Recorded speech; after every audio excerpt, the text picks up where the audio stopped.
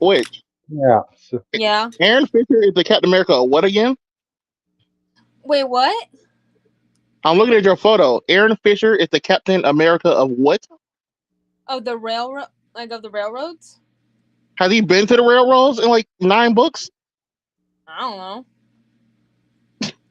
I'm He's looking on the currently. cap of the We don't know railroads and what we just he's don't go there. done in between each book. Off screen, I'm the greatest Captain America of all time. I'm just saying. You don't need to see it, but off screen, I'm the best. Like, where have you been? and here, and here I was, audience, talking about how they have Bed Bath shower bombs of Teenage Mutant Ninja Turtles. Who Yeah, wants Well, to you the want come to smell out like smelling like sewer and turtles? poop? Yeah, Steel turtles. sewer and poop. well, sucks to suck because I got some of the freaking Halloween collection they have currently, and Hmm. it slaps. Like, yes, I got a majority of the vampire. Like, I got a good chunk of the vampire stuff, but I got some of the ghoul, like this ghoul slash Cool. skeleton one too. Question: which character in your favorite series would you want them to have a bath bomb I don't know. You can make a pretty sick Castlevania one, just of like What, Dracula, but that's just a vampire. of? what would You North come out. Star smell like? It smell like expensive French cologne. I could guess like Castlevania will probably have you smelling like red wine, Well, maybe. that's a Dracula one, yeah. Dracula. Literally, Audience, my most of the Belmonts would smell like I don't know, adventure, I guess. mhm. Um, Audience, whatever my Trevor whatever Belmont to a smell like cowboy what? smells like, that's what Julius would smell like, mixed with like whiskey, maybe. hmm Trevor smell like cheap beer. Juice, sure. Juice would probably smell elegant because he's the magic one out of the Yep. entire family. Uh, Audience, I would be flattered if they ever make a bath bomb of Deadpool. Because who doesn't want to smell like tacos and bullets? No one. That sounds awful. Hey, have you seen Deadpool's roster, man? How many people he's hooked up with?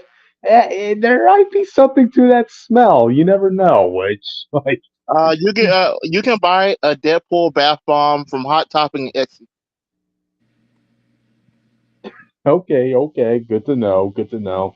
There has to be Here, let's something from let's look Deadpool. it up. Let's look it up, okay? Deadpool I'm bath looking at them bomb. now. I mean, I already drained all Deadpool merch from Hot Topic already, so I guess they're holding out on me. I guess. Yeah, it costs $5, but it's out of stock at Hot Topic. You got to get from Etsy. There They do have Etsy we ones. go. Yeah. Okay, so what you're telling me is there is a clientele who want that sort of thing, who do want to Yeah, smell but like they tacos and probably wouldn't have had it smell like that. bullets. How Oh, about I check it? I'm gonna read what it says. Well, figure out what this smells like. what would you Where's the think Deadpool details? smells like? Which? Hold on. So I found another one from this one random website. Because There's a Deadpool one that smells like bubblegum, a Wolverine one that smells like lemon sorbet. mm-hmm. This Deadpool one smells like patchouli. What is that? I don't know. Patchouli, what the? I don't know what that is. It's called Deadpool Surprise Bath Bomb. Ah, They got him on the cover talking about, "Hey, babe," and he got his ass sticking out. yeah. You want? Oh no, here you go. You have it. You have the bath bomb. Have you smell like an avocado? Uh, You Dang. know, an avocado having beef with another avocado. oh yeah, I found out something. What? So Oh, it's a this fucking is flower. Oh, okay. this is unrelated to Deadpool, but it contains Spider-Man. So remember yesterday, we were talking about Spider-Man, how he don't really get power from the other stuff. Yeah. They decided to spit in Eddie's face one more time in the last run, apparently. And the symbiote guys and all of them told Eddie, "Bro, you're not supposed to be Men in Black. Peter Parker was supposed to be the King in Black. It was it was his destiny. That's why Venom went to him. That's why Venom still loves him, and that's why Venom will go back to him. He was supposed to be King in Black. You he gave up his oh, destiny, and you just took it. You're just always going to be second best." I I would really like to sit down with one of those Eddie and symbiote chimpers and ask, you do realize the symbiote would leave Eddie at a moment's notice to be with Peter, right? Like, come on. That's why it's crazy. Stop spinning this man's face, bro. He Yeah. go through it every month, bro. Geez. His What life is is it with not almost as bad as Spider-Man, but he gets to keep his kids. yeah? What is it with Peter and other objects being infatuated with him? There's the Venom symbiote, and there's recently Otto's tentacles revealed to have a crush on Peter. Like, There's another thing too. I'm trying to remember. I know there was a robot lady who loved Peter at some point too. wow. Next thing you know, the Goblin Glider has a crush on Peter. That's how he's been It able to probably survive does. all this long. Yeah. uh, But let's go ahead and start. We don't stall for 10 minutes. yeah, this is what you walked into, audience. All right. Well, let me start us off. Welcome to Comic Fanatic Reviews of the Week. You're here with me, Cryptid Ziegler 415. Yeah, no fanatic is above criticism, and I am no And fanatic. Jake is still dead. I'm keeping him dead until I Ash- want. Ashley, me, Hood Legend Bricky Wall is wearing his skin. I'm Jake Tylenol, and I can't think of a pun right now that he'll make. But to act like I made, we're gonna go to Witch now. Okay. Well, I'm Richter, also known as the Witch of Jotunheim, pronouns they, he, and I probably spent most of my paycheck this past day alone because I decided to go to the mall. You. And with Along for that, that fun. yep. And together, we are the Fanatics, here to talk to you about the comic reviews of the week. And before we get to that, I hear we have a little thing called Socials Witch.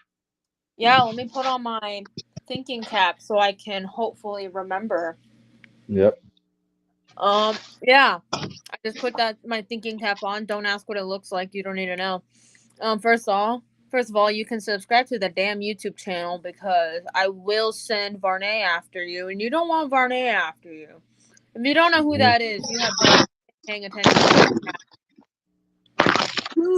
You can follow us on Twitter at Comic Fanatic 69. We do postings on there sometimes, at least twice a week. Because why would I put more effort into something that I need to do? Anyways, any whoosies.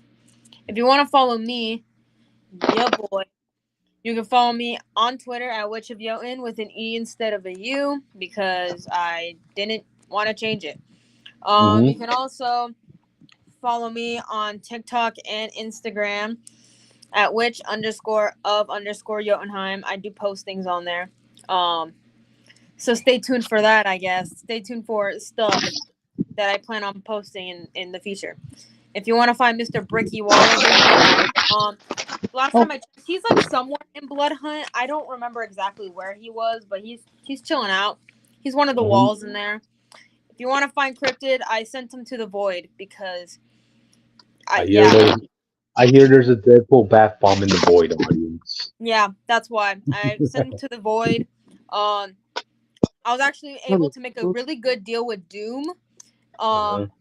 Basically, he basically assisted me in making sure Cryptid stays in the Void with that bath bomb, and in exchange, I'll get him lunch. Trust. He liked it. He liked lunch. It was good lunch. Doom And does not still cook. dead. Me. Okay, guys, thinking cap But off. anyway, all right. But anyway, with that, let's get on to the comics of the week, and let's start us off with No One number 10, the finale. Have we discovered who No One is? A yes and a no. Oh god. Okay, so on Austin, how did you feel about this finale? I was mad till I saw the announcement. Yeah. The sequel announcement did make things better since we're going to get full no one's perspective of everything leading to who he is. Yep.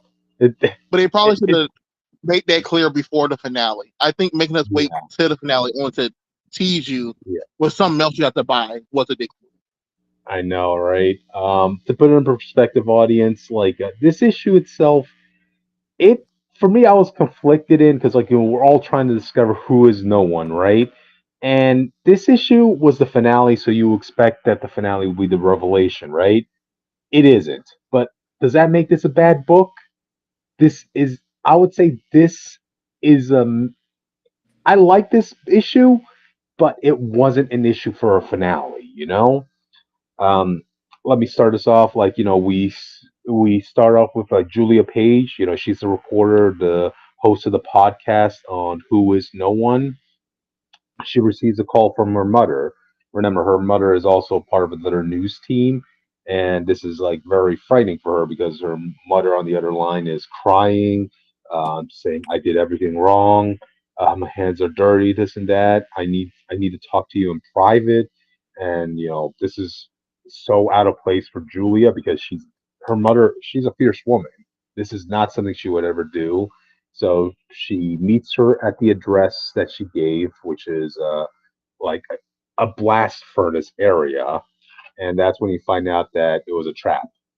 You see, Aaron Kern, the supposed cop, the supposed original Richard Rowe, the one that's out killing all the people that no one doxes, right? He got out of jail, and now he's trapping everybody, right? You see him. He trapped Julia because he kind of wants a witness to what he's about to do, and he brings her over inside to find out that he has five people tied up. He has Ben Kern, his father, the retired police officer. He has Julia's mother. He has Senator Noah Kemp, the one who issued that law that stated that you can defend yourself if somebody threatens you online. You have Ben Kern's The worst old. law in history. I don't know how Congress let that do that happen. I don't know. I I know it's a very bizarre law on. It's like, let's say you got into a heated argument online in a chat room, and that person threatened you. You had the right to go and actually assault that person. And kill that person, no consequence. Exactly, And then you have like Ben Kern's old, his officer buddy who also retired. And surprisingly, you have no one. He's tied up and everything. You're like, what the hell is going on? Right? Uh, okay, first off, Aaron, this dude belongs in Arkham Asylum. Like, he is just, He, he's sick and twisted. You were about to say something, Austin? he reminds me of Jim Gordon's son. Yes, there you go. Which is ironic since he is the son of a decorated police officer, Ben Kern. Yeah. Yeah, so he first starts off with, let's see, let me get his name. Jack, right? He's the former police officer that was, that worked with Ben Kern. Uh, Hmm. yeah, there was a complicated matter that was revealed like way back in the '80s where he did shoot somebody, and now this is Aaron trying to have him confess, right? Like, you did it, didn't you? You shot him. He was unarmed, like, and he's just trying to deny it up until, yeah, he finally he's getting beaten up. Keep in mind, audience, Aaron's just beating him up with the gun, and then eventually he admits it and he does shoot him. Yeah, yeah, very graphic. Then he goes up to Noah Kemp, right? He's like trying to tell him, yeah, now I want you to confess. Do it, confess. um Confess what? I want to read this line. Like, you're saying, you co-opted my movement for personal gain. You're not a man of conviction or ideals, and you certainly don't represent anyone's interests. You're a fucking parasite. And the senator's like, wait, I'm sorry, wait, what am I supposed to be admitting to? And that's when Aaron just bam, bam, bams. He's just so confused. And he dies Yeah, in confusion for no reason. I know, right? And then he goes up to his father, right? And like, I like his father because he's just calling his son out on his bullshit, right? Aaron's like giving the speech, like, "Come on, don't act like you weren't cheering a little bit to get rid of that disgrace." And then Ben is like saying, The only disgraceful thing here is you. The giant balls it takes to think that you know better than everyone else and how they should be dealt with. You're not special. You're not a genius. You're still that teary-eyed little boy Teary who eyed. couldn't handle. Yep, you couldn't handle his little brother cheating on a board game. Yeah, audience, in like the podcast that we listen to that's associated with this, Ben Kern did mention, way back in the day, his two children, Michael and Ben, they were playing a board game, and Aaron got so pissed off that he caught his brother cheating that he just, threw a tantrum, threw the board game out, like threw the table out, like he was pissed, right? As a parent, Ben had to come and intervene, calm him down, and later on, yeah, it was revealed that his brother was just cheating in that board game. But cheating constituted him like basically destroying everything. Yeah, yeah, weird.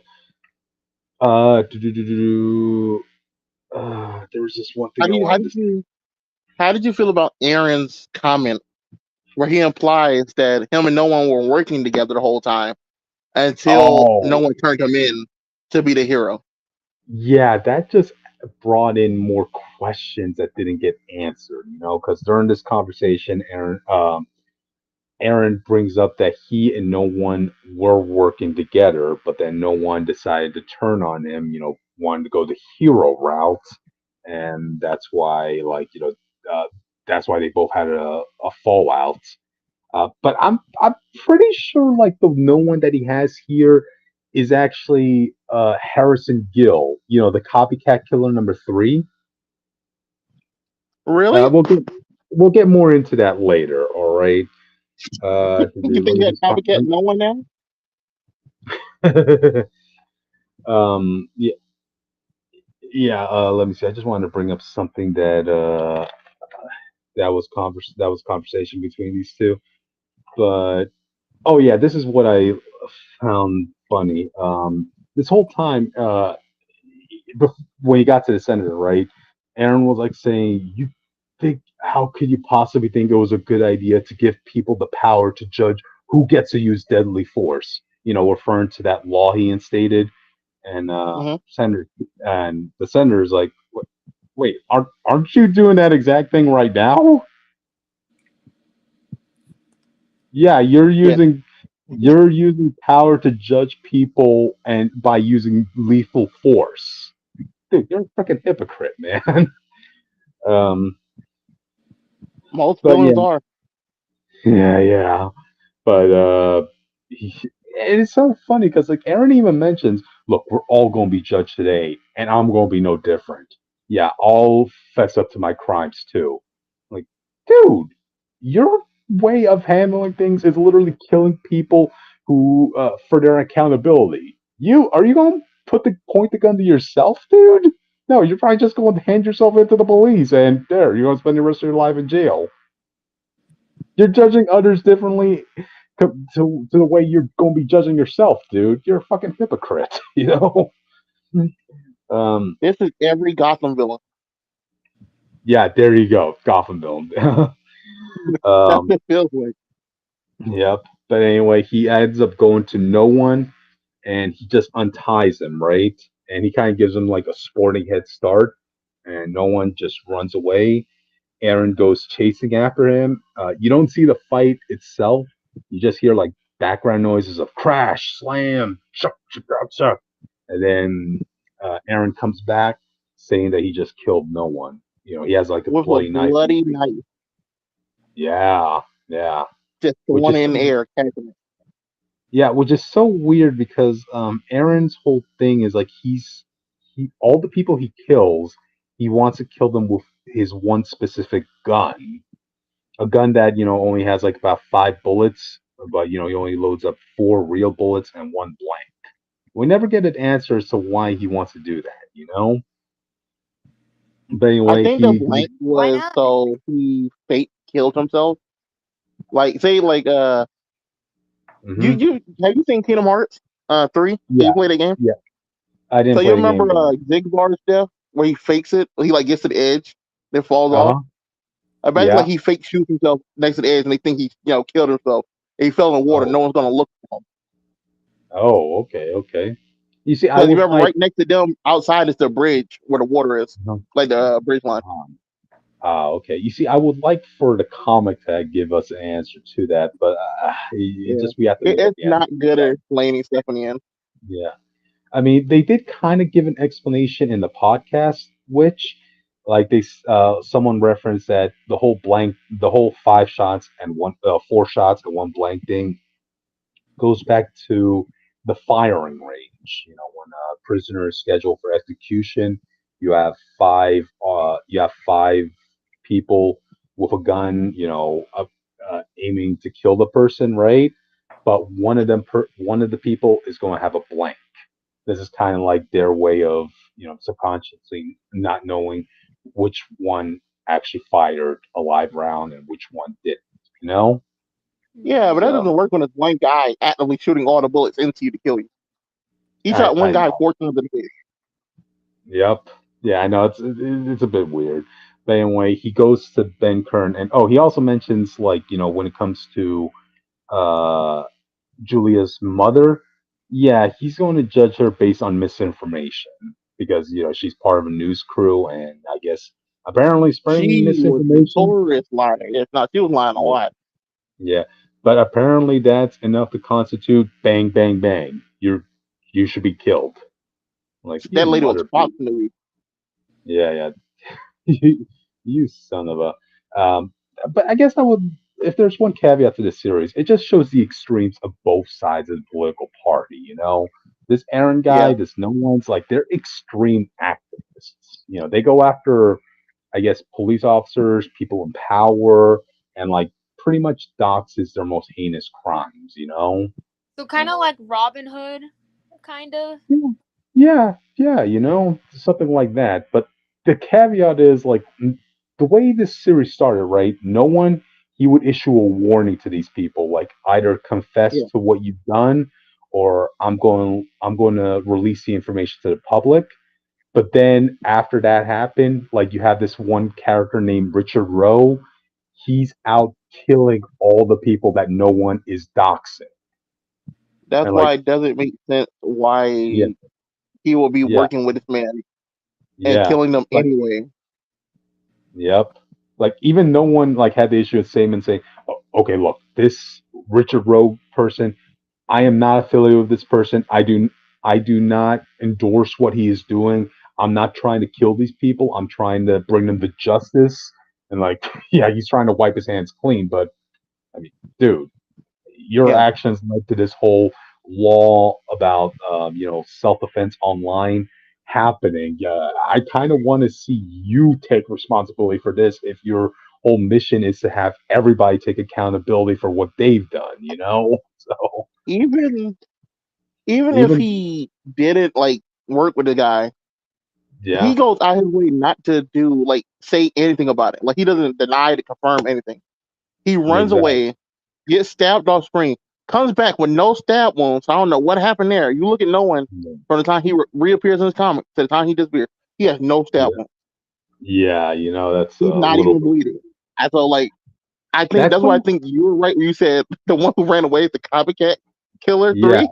And this is the yeah, real yeah. no one. And he used that guy for bait. Yep. Yeah, that's why, like, we're gonna get more into that later on in this issue, right? But one thing I wanted to mention when it came to his father's turn, right? Ben Kern, like, apparently his accountability that he should be confessing to is the fact that you created me, Dad, the monster. Yeah, I know I'm a monster, and I'm going to and you know all accept accountability too. But you have to share some of the responsibility too, Dad. And yeah, right He's before he been was doing about to. that since issue 1 with the whole town hating him. Yep, yep. Yeah, I mean, keep in mind, audience, again, Ben is like one of the good cops out there. He's done a lot of good, but it's just unfortunately, Aaron, he's a serial killer. And yeah, that pretty much destroyed his name to the public. So yeah, right before Aaron was about to shoot his dad, that's when no one pops up, and that's when you get the big fight. No One versus Aaron. It goes on to like a bridge. I'm thinking the fight, right? But it kind of ends with both of them falling off the bridge to water, right? And that's when we get a time jump to 1 week later. Yeah, it turns out they couldn't find Aaron's body, but they were finally able to recover No One's body, which in the media it was announced it was Harrison Gill. Harrison Gill was revealed to have been the third copycat killer early on in this series. You know, the one that's out shooting people that no one has doxxed. You see, that's why I think the person Aaron originally tied up, that was Harrison Gill that he just put in a no one costume, because we didn't Yeah, see how. Yeah, we didn't see how Aaron killed him. It was just an off-screen death, and you see people fishing out Harrison Gill's body in a no one costume off the river. I guess they swapped it out, yeah. maybe. It feels like I don't think he tied that no one up. I'm look. I don't think he put Harrison in the thing. I think he literally caught Harrison like this. I think no Mm-hmm. one had his own plan. He caught Harrison. He stabbed him, thinking that was no one, and then we see no one bust through the floor in the scene a little bit after that Yes, with exactly. no You one. know. So I think no Mhm. one was using Harrison as bait because you notice he doesn't talk the whole time. Gotcha. I don't think he Um, could talk. We seen no yeah, one talk all the time, so it feels that's weird. true. That's true. Question, Austin. You listened to that last podcast, right? Yeah, Okay, yeah, because we're going to talk about that afterwards. So a week ended up passing. You know, uh, we get like a time jump, right? Everybody's just picking up the remnants of their life after an event like that. Julia announces that she's leaving the reporting business. She's going to end up reporting sports podcasts because she figures, yeah, I kind of want to be somewhere where the winner and the loser is more easy to see, and the issue ends up with like hopes like the Pittsburgh Ledger, the news place Julia was working at. They received like a package filled with a bunch of videotapes and recordings and drives with a note saying the truth. I am no one, and that's how the series ends. So yeah, if you kind of do need to see the continuation in the podcast. Like, it was interesting. Like all the lines that were stated, like Julia had her recorder on when Aaron was committing all the murders, right? So you kind of see a dramatic voice reenactment of that, you know. yeah, it was But pretty I think, cool. yeah, Austin, is it just me, or did they change the voice actor of Aaron? They 100% did. That was not the same person. I thought I was tripping. Yeah, yeah. Like I remember Aaron had like a deeper voice, but again, it's too much commitment, that whole podcast. You have to get people who want to do the voice acting gig. You have to do the lines, do the script, do the acting, all for this one comic. Wait for So Patton Oswald to get off work. exactly. Man, I really would like to speak to Kyle Higgins about like how that whole podcast casting came about. It's a good idea. It's a good like amplifier if you're reading this story, but still, it takes a lot of time to do. But anyway, they were talking about like all the other stuff that all the other evidence and tidbits that are left unchecked. Like the last podcast episode was titled "Closure," but there really wasn't any closure. There's just more questions. We still don't know who no one is. We still don't know what the exact relationship he had with Aaron was. And one thing they did bring up during the podcast, right, was that before, everybody assumed that Michael Kern, Ben Kern's other son, the one who got killed in the first issue, somebody online was like posting that uh, they think it's Michael who is no one, right? And Yeah. when they were doing the investigation, they found out that username who was like posting that thesis was actually Harrison Gill. the third copycat killer. The one who died in this issue. I So hate they're the like, "Well, story, bro. I'm starting to yeah, hate the story. There's too much stuff here and too many yeah, questions. I've actually started to hate how many questions we should have. The more I yeah, think about it, the more it's pissing me off. yeah. Part of me kind of like is kind of thinking like maybe Kyle Higgins wanted to do two more issues of this because again, there's stuff we need answered. But dude, we need to get like at I least a think prequel series or something. After this. I think he should have did it kind of like how they're doing Radiant Black right now. Where it's like you had the main issue and you got the point five issue. And each point Hmm. five issue you should have revealed a little bit more and more of the truth until this issue where you got the final truth. So say like the main issue is the regular people point of view like we've been getting. And then the second part is like no one's point of view a lot of stuff. Yep. Giving us more insight to him and his character. That should have been what happened. I mean, I knew this. I knew like the finale wasn't going to give a good proper ending to this because one rules of storytelling. Once you reveal who the person is, you kind of need to see what their perspective has been, how they got to that point, and you cannot do that in like the finale. I thought this was going to be a jumbo-sized book, but it was just another regular-sized issue. But Yeah. one thing we did end up learning actually. Austin, you want to announce it? No. Okay. I'm too bad for Uh, you. okay. Apparently, there's going to be a documentary on No One. That's going to happen. Um, this is this. Ironically, it's a documentary that's created in this world that apparently Image is going to make for us. You know, that's the next continuation of this story that we will see. But in terms of after that, I don't know. Like none of the other massive verse books are going to reference this or yeah, like no one is literally the only character who hasn't made any crossovers with any of the massive verse characters. Um, I think it says no other hero's gonna put up with his bullshit. yeah. Gonna have headaches the entire time. They're like, "What the fuck are you Yeah. talking about?" Yeah, yeah, I know. Which the part of the fun of this is just kind of like you're along for the ride. You want to try to determine who is no one. Like you're trying to look at all the clues. You're basically gonna have like a billboard with those thumbtacks and sticky notes and news clipping papers. Like who could it be? Who can it be? Yeah, My but heart. that's what fan fiction is for, so that it can help you Yeah, imagine what the filling in is about, if that makes sense. So fan yeah, for, but I read such niche fucking books that there is no fucking fandom for it, so I have to do it myself.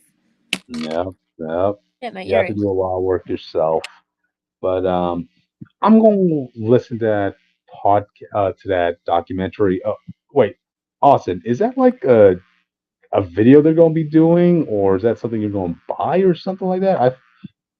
I could I'm very not tell. I was confused. looking into it too, and I couldn't find a definite answer at the time when I They looked it up. just said, yeah, they just said that there's going to be a documentary, and it's basically going to be all the recordings and files and discs that were left behind in that last page.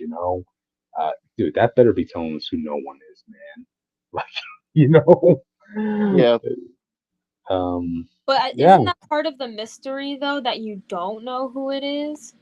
yeah, but but at the the whole same point time, of the book was to let us tell us who he was, and then the whole he build-up or was for us to find out who he is, and for him to he or also take responsibility for his own actions. And they yeah, keep avoiding doing that.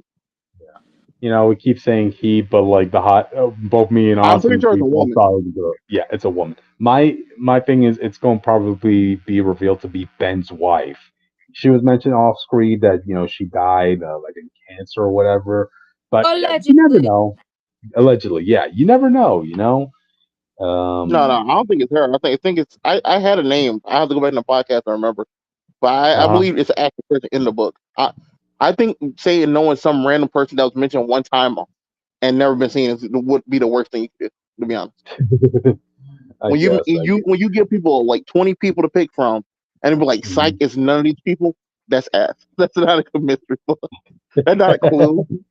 They don't. One of the movies night we're watching Clue, so you can see how it's Mhm. supposed to work. I mean, it has to be somebody who would want to work with Aaron. I mean, we're basing this off of Aaron's comments that he worked with no one, you know, but we don't know Yeah, what his. also, yeah, but also he used the pronouns he. Oh yeah, I forgot about that. Yes. So, oh damn. What if it So was a voice changer? no, it sounded like no one. It sounded like Aaron It feels knew like he who was knows the under the person. mask. Yeah, under the Yeah, mask. He did use the pronouns he. I forgot about that. So it has to be a guy. Okay, so the only other hot button topic would be Michael. You know, his brother that died in the first issue. Because remember, it could Harrison be, Gill. but it's like Because remember, when you spoil that, I'll spoil that. yeah, because remember, Harrison Gill was revealed in the podcast to have been the user that was like spreading the information that, yeah, Michael is likely the person who's no one. I mean, yeah, this is a crime drama audience. This is a crime drama. Oh, and by the way, that law that was made, yeah, it got repelled at the end of this issue. Yeah, Good. so just throwing that out. So does this leave a sour taste in your mouth, Austin? Yes, this is worse than I House of Dragon season 2. yeah, I I want to see more. Like, okay, yeah, you get.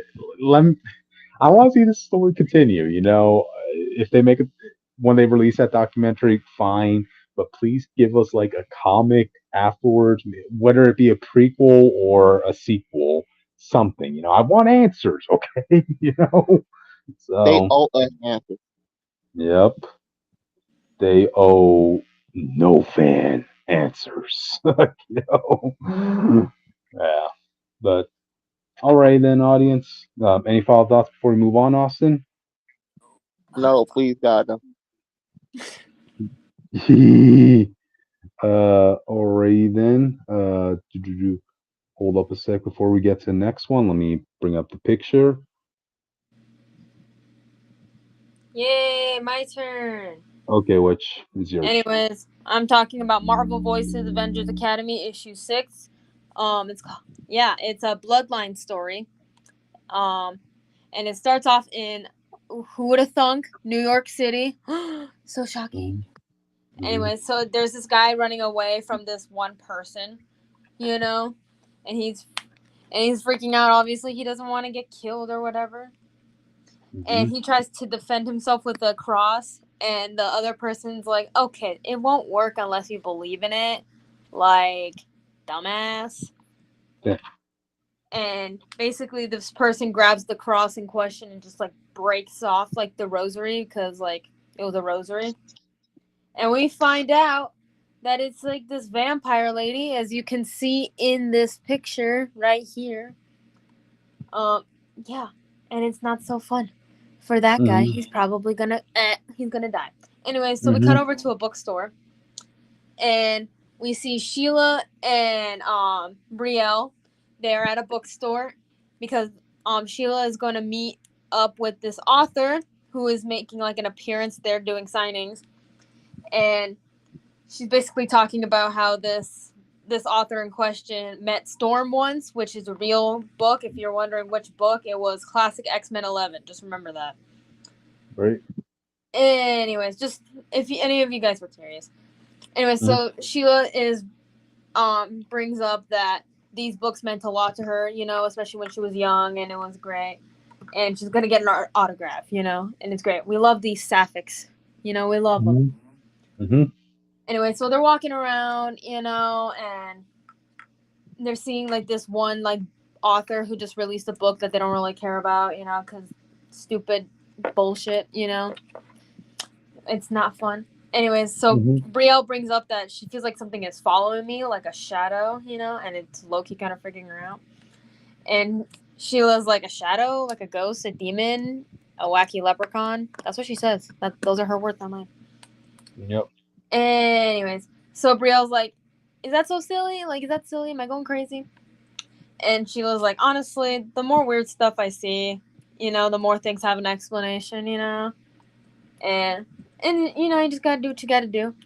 And Brielle's like, yeah, maybe you're right, Like, ever since Doctor Strange put that spell on me as a baby to hide from magic, it's just been a little bit weird. Yep. Like, don't even get me started on religion. Mhm. And she was like, hey, take it from someone who's done this before. Like, if people don't like you, that's their fucking loss. That includes whatever fucking God you believe in. And she was like, but that doesn't mean you shouldn't trust your gut, though. And we should go talk to Captain Marvel after I get my book signed. And Brielle's like, Mhm. fair enough. And she's like, do you mind if I step out a sec? I gotta go deal with something. And she sees that vampire lady from earlier in an alleyway that is, you know, it just so happens to be across the street from the bookstore. Anyways, so she pops over across the street, and she's like, "Hey, I thought I smelled a vampire from here. Like feeding during the day. Wow, you must be very desperate. And if Marvel Unlimited doesn't want to get me out of the app, that'll be great." Anyways, so that vampire lady is feasting on that guy from earlier because why not? It And should have been me. Yeah. sure, Austin, yeah, because she can bite through a brick wall. Why not? I'll turn you human just so that she could suck your blood. Why not? Deal? Is that a deal? Thank you. Yeah. I got you. Anyways, so she basically frees that guy from getting basically drained of blood, so that's not fun. And Brielle's like, just stay in the light, And the other vampire lady is like, stay in the light, not as easy as it seems, It used to be so much more complicated, but now it's just easier, And she's like, so you go about your life, all seems right, until one day the dark sneaks up and swallows you whole, which that's something from Blood Hunt. See, they tie in Blood Hunt. I got you. Because she Brielle also brings up that her dad went evil, earlier when she was talking to Sheila. So that was a blood hunt thing, bestie. Anyways, so this vampire lady is like, yo, but how did you sneak up on me? And Brielle's like, oh yeah, magic has trouble detecting me. Like, guess there's a little bit of magic in you. And the other one is like, I'm a vampire, ageless and immortal. Like, what do you know what I am? And Bree is like, yeah, I might know a little. I might know a little. And anyway, so this vampire lady leaves to a church that looks very, very familiar. And you might be wondering, how does this look familiar? Well, I scrolled down and I saw this sign that says donate to our Rose Window Repair. Yeah. And I was like, Rose Window? That sounds very familiar. So I opened up my trade paperback of Young Avengers Volume 1. Oh my God. And that church looked almost exactly like this church. So I can't be going crazy. Anyway, I think that's the same church. I think it's the same church. Because if you've read Young Avengers, especially Volume 1, you would know what happened to that church in the first issue. Yeah, breaking of stained glass and breaking of church equipment. Why not? Anyways, so going back to it. So Brielle follows her like into the church. Sorry about that. And so she's like, weird place to hide, And the other one's like, oh yeah, I'm not hiding, I'm claiming sanctuary. And Bree's like, what makes you think I'll believe that shit? And the other one's like, I know you. Like, vampires are hurt by what our prey what its faith in. That's why the crosses are stinging me a little bit, Like they sing, And Brielle's like, God damn it. Like, I used to sing in the church choir. I remember the pastels, the candles, it was really nice. Like, sometimes I wonder if my mom was just being practical, investing in, and before she could finish her sentence, the other one's like, a weapon. And before we finish that conversation, we cut over to Miss Sheila over here, where she actually gets to meet the author in question. And she brings up that she wanted to thank him for everything, for the stories that he wrote and everything, and it was great. Because, she's not going to get too much into this. We ain't trauma dumping here onto people that we don't know. I can admit that I've done that before. Where's the fun in not doing it? I know, there's no fun in that if you can't trauma dump to random strangers. Anyways. So basically, before she leaves, Sheila asks for the author in question to re-sign her book, but addressing her as Sheila because she's met him before like she transitioned. So that's fun, progression in time. Anyways, so we cut back to the Young Avengers Church, which is now what I'm calling it. So suck my dick. Anyways, so Brielle and this other vampire lady, they're just having a nice little chat, because you don't always have to fight motherfuckers. You don't always have to. Anyway, so Bree is like, so did you believe at any point? And the other lady is like, this is the god of the colonists, like, yes, it is beautiful, but it is just wood and gold. Like, I believed in something stronger. And we find out that this vampire lady in question was a part of the Dora Milaje. So, yeah, that's fun. And she explained that her group infiltrated a vampire hive, and she got bit and she got turned and she couldn't face her sisters again, so she renounced like everything about her, and she goes by apostate. How do you pronounce that word? Apostle. I'm assuming Apple seeds? apostate. I don't know. That's what it sounds like. That's what it's spelled like. I'm just gonna type it to you guys. I don't know how you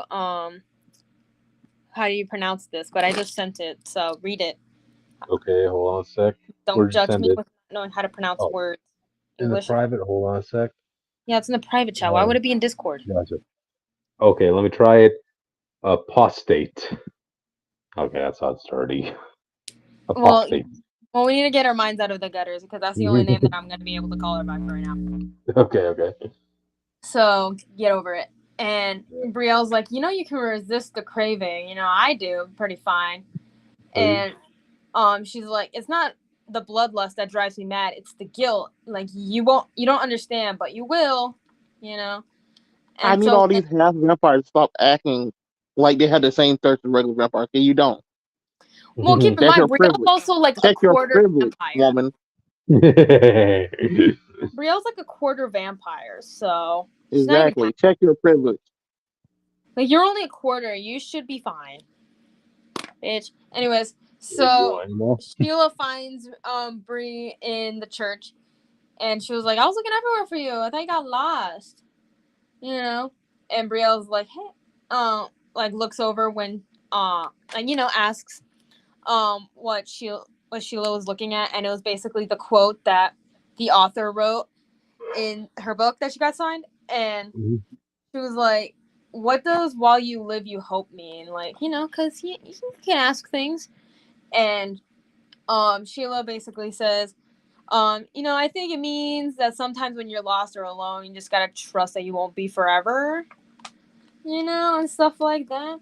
Anyways, so they leave the church, and we cut over to the roof of the church, and we hear this little bit of dialogue being like, apostate of the Dora Milaje, and he actually brings up her actual name, and she's like, okay, who dares speak that name?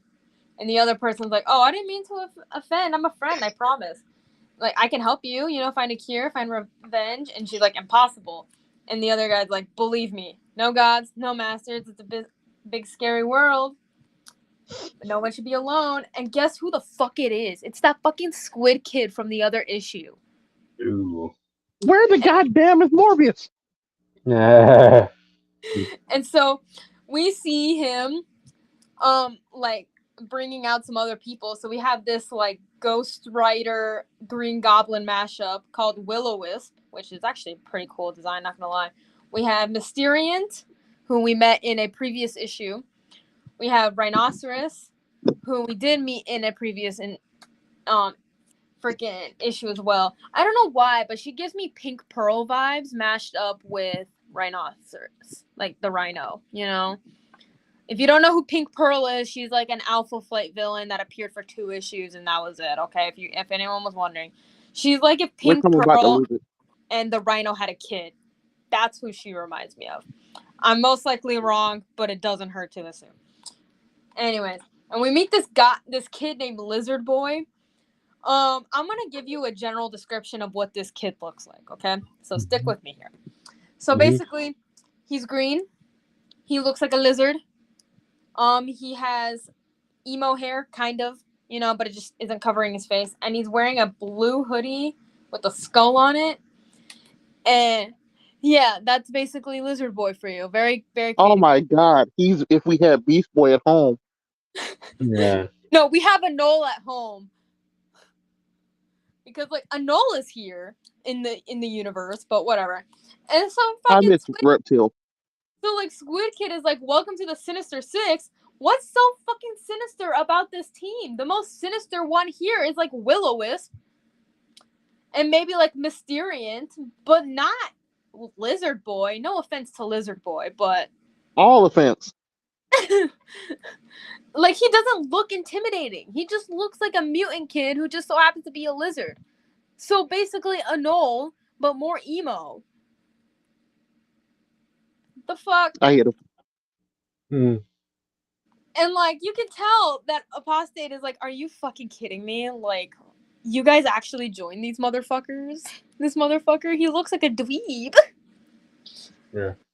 Like if you could like I'm gonna need time with these characters so that I can like be sure if I like them or not at the moment. But right now, I'm not fucking with them, man.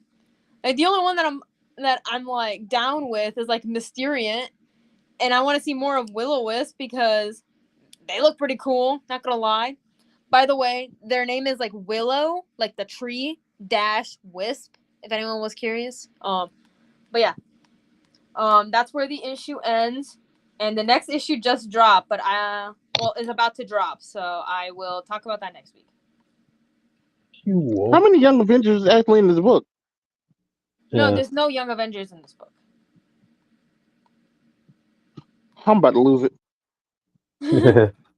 This is Avengers Academy. This is different. Oh, my bad. I saw one church that looks like the one from Young Avengers, and then now we're having a Young Avengers conversation. Great. You said that, and I immediately thought this book was Young Avengers. Also, for anyone who's curious, they just started putting some of the Blood Hunt books on Marvel Unlimited, and they put issue 3 of Weapon X-Men.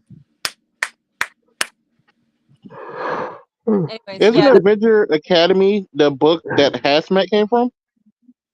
I think that was the first the original one. Yeah, that was a good All run. I remember is Hazmat and like the girl that he kept saying was Taskmaster's daughter, but no one actually confirmed it was his daughter.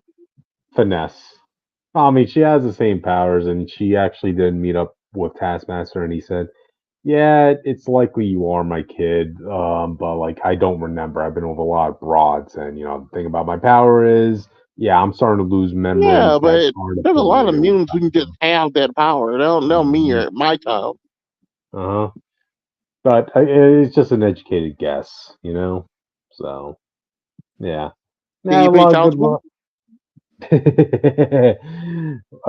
She was even asking, like, maybe can I get a DNA sample of you? Like, maybe we could confirm it. And Taskmaster's like, look, I ain't about to give my DNA to the goddamn Avengers. So, I got by this far and thinking stuff like that, So, yeah. Yeah, we still don't know what Taskmaster really looks like. That's true. They kept that consistent. Oh man, I really missed the original Avengers Academy. That was like a lot of character growth. Then go read the original Avengers Academy. It's right there. It hasn't gone anywhere. No, I agree, but it's also like, why'd you randomly bring this book back for this event? This could have been like anything by this metric.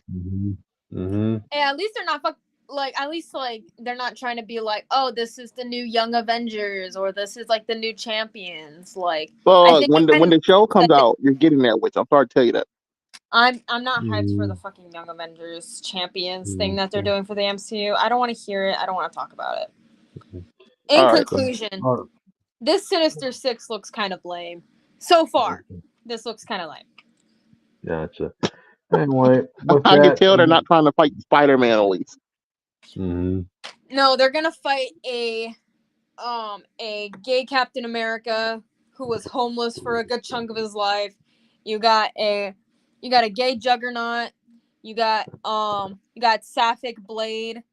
You got a girl who can freaking switch places with people and is also probably sapphic. You got an emo kid with the Carnage symbiote, and then you got the smartest girl in the world, and you got a dinosaur.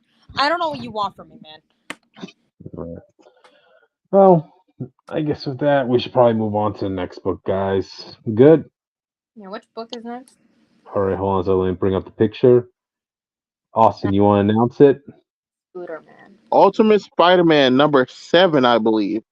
Oh, yep, that's the one. This is a Let's see. I got the page over here. All right. gotcha. This is a big moment for me, audience. Go ahead, It's, explain it, Austin. it's a big moment for a lot of people because you basically get three big things this issue. Hmm We get to see the Ultimate Doc Ock full full That photo, full face, everything. I think we only got a with, glimpse of him in one of the early issues, yep. He doesn't but we look get to fat see or his full anything. look, and he just looked like a young Otto Octavius if he was skinny.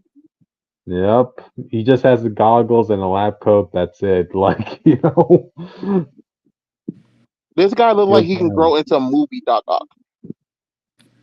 Oh, I didn't think about that at first, but yes, I can see that now. So, yeah, cool for him. He's basically They going to be even their give. man on the show. Go ahead. Did you see they even had the these cables like going to a machine next to him, like they coming out his back, like his arms. I didn't In the notice it first like page he shows that. up in. Yeah, I'm seeing that page. Oh, okay, yeah. Now I see what you're talking about. Okay, yeah. Okay, looks cool. Looks cool. But Count the clock down to when we see his tentacles, audience. Take a drink yeah, every time you see Doc Ock's tentacles.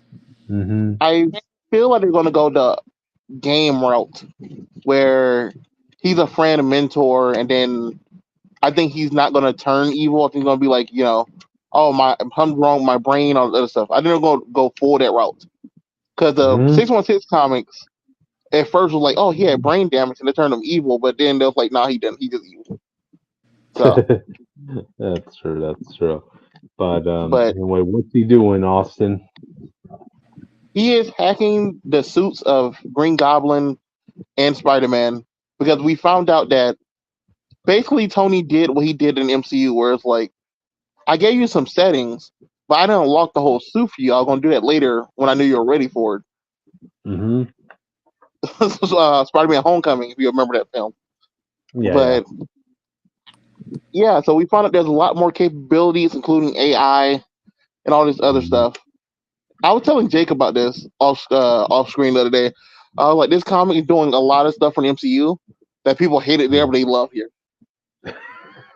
Well, the whole marriage thing kind of overshadows any of the negatives, Austin. Keep that in mind, you know? I'm just saying, this dude immediately gets a Stark suit and it's super high tech and everything else, and people are cheering. Yeah. I'm just You saying, know, it's kind of funny because, like, Otto's actually here to explain, right? Like, okay, the suit that Green Goblin has, yeah, it's advanced, but the one Peter has, oh, wow, that's even more advanced. It's going to involve a lot more tinkering, you know? So, yeah, Green hmm Goblin suit was made by the Howard Stark, and Peter suit was made by current Tony Stark. hmm But But yeah, it's yeah, Fin- it's kind of crazy because you look at his temp pad and he's looking at the design for the suits.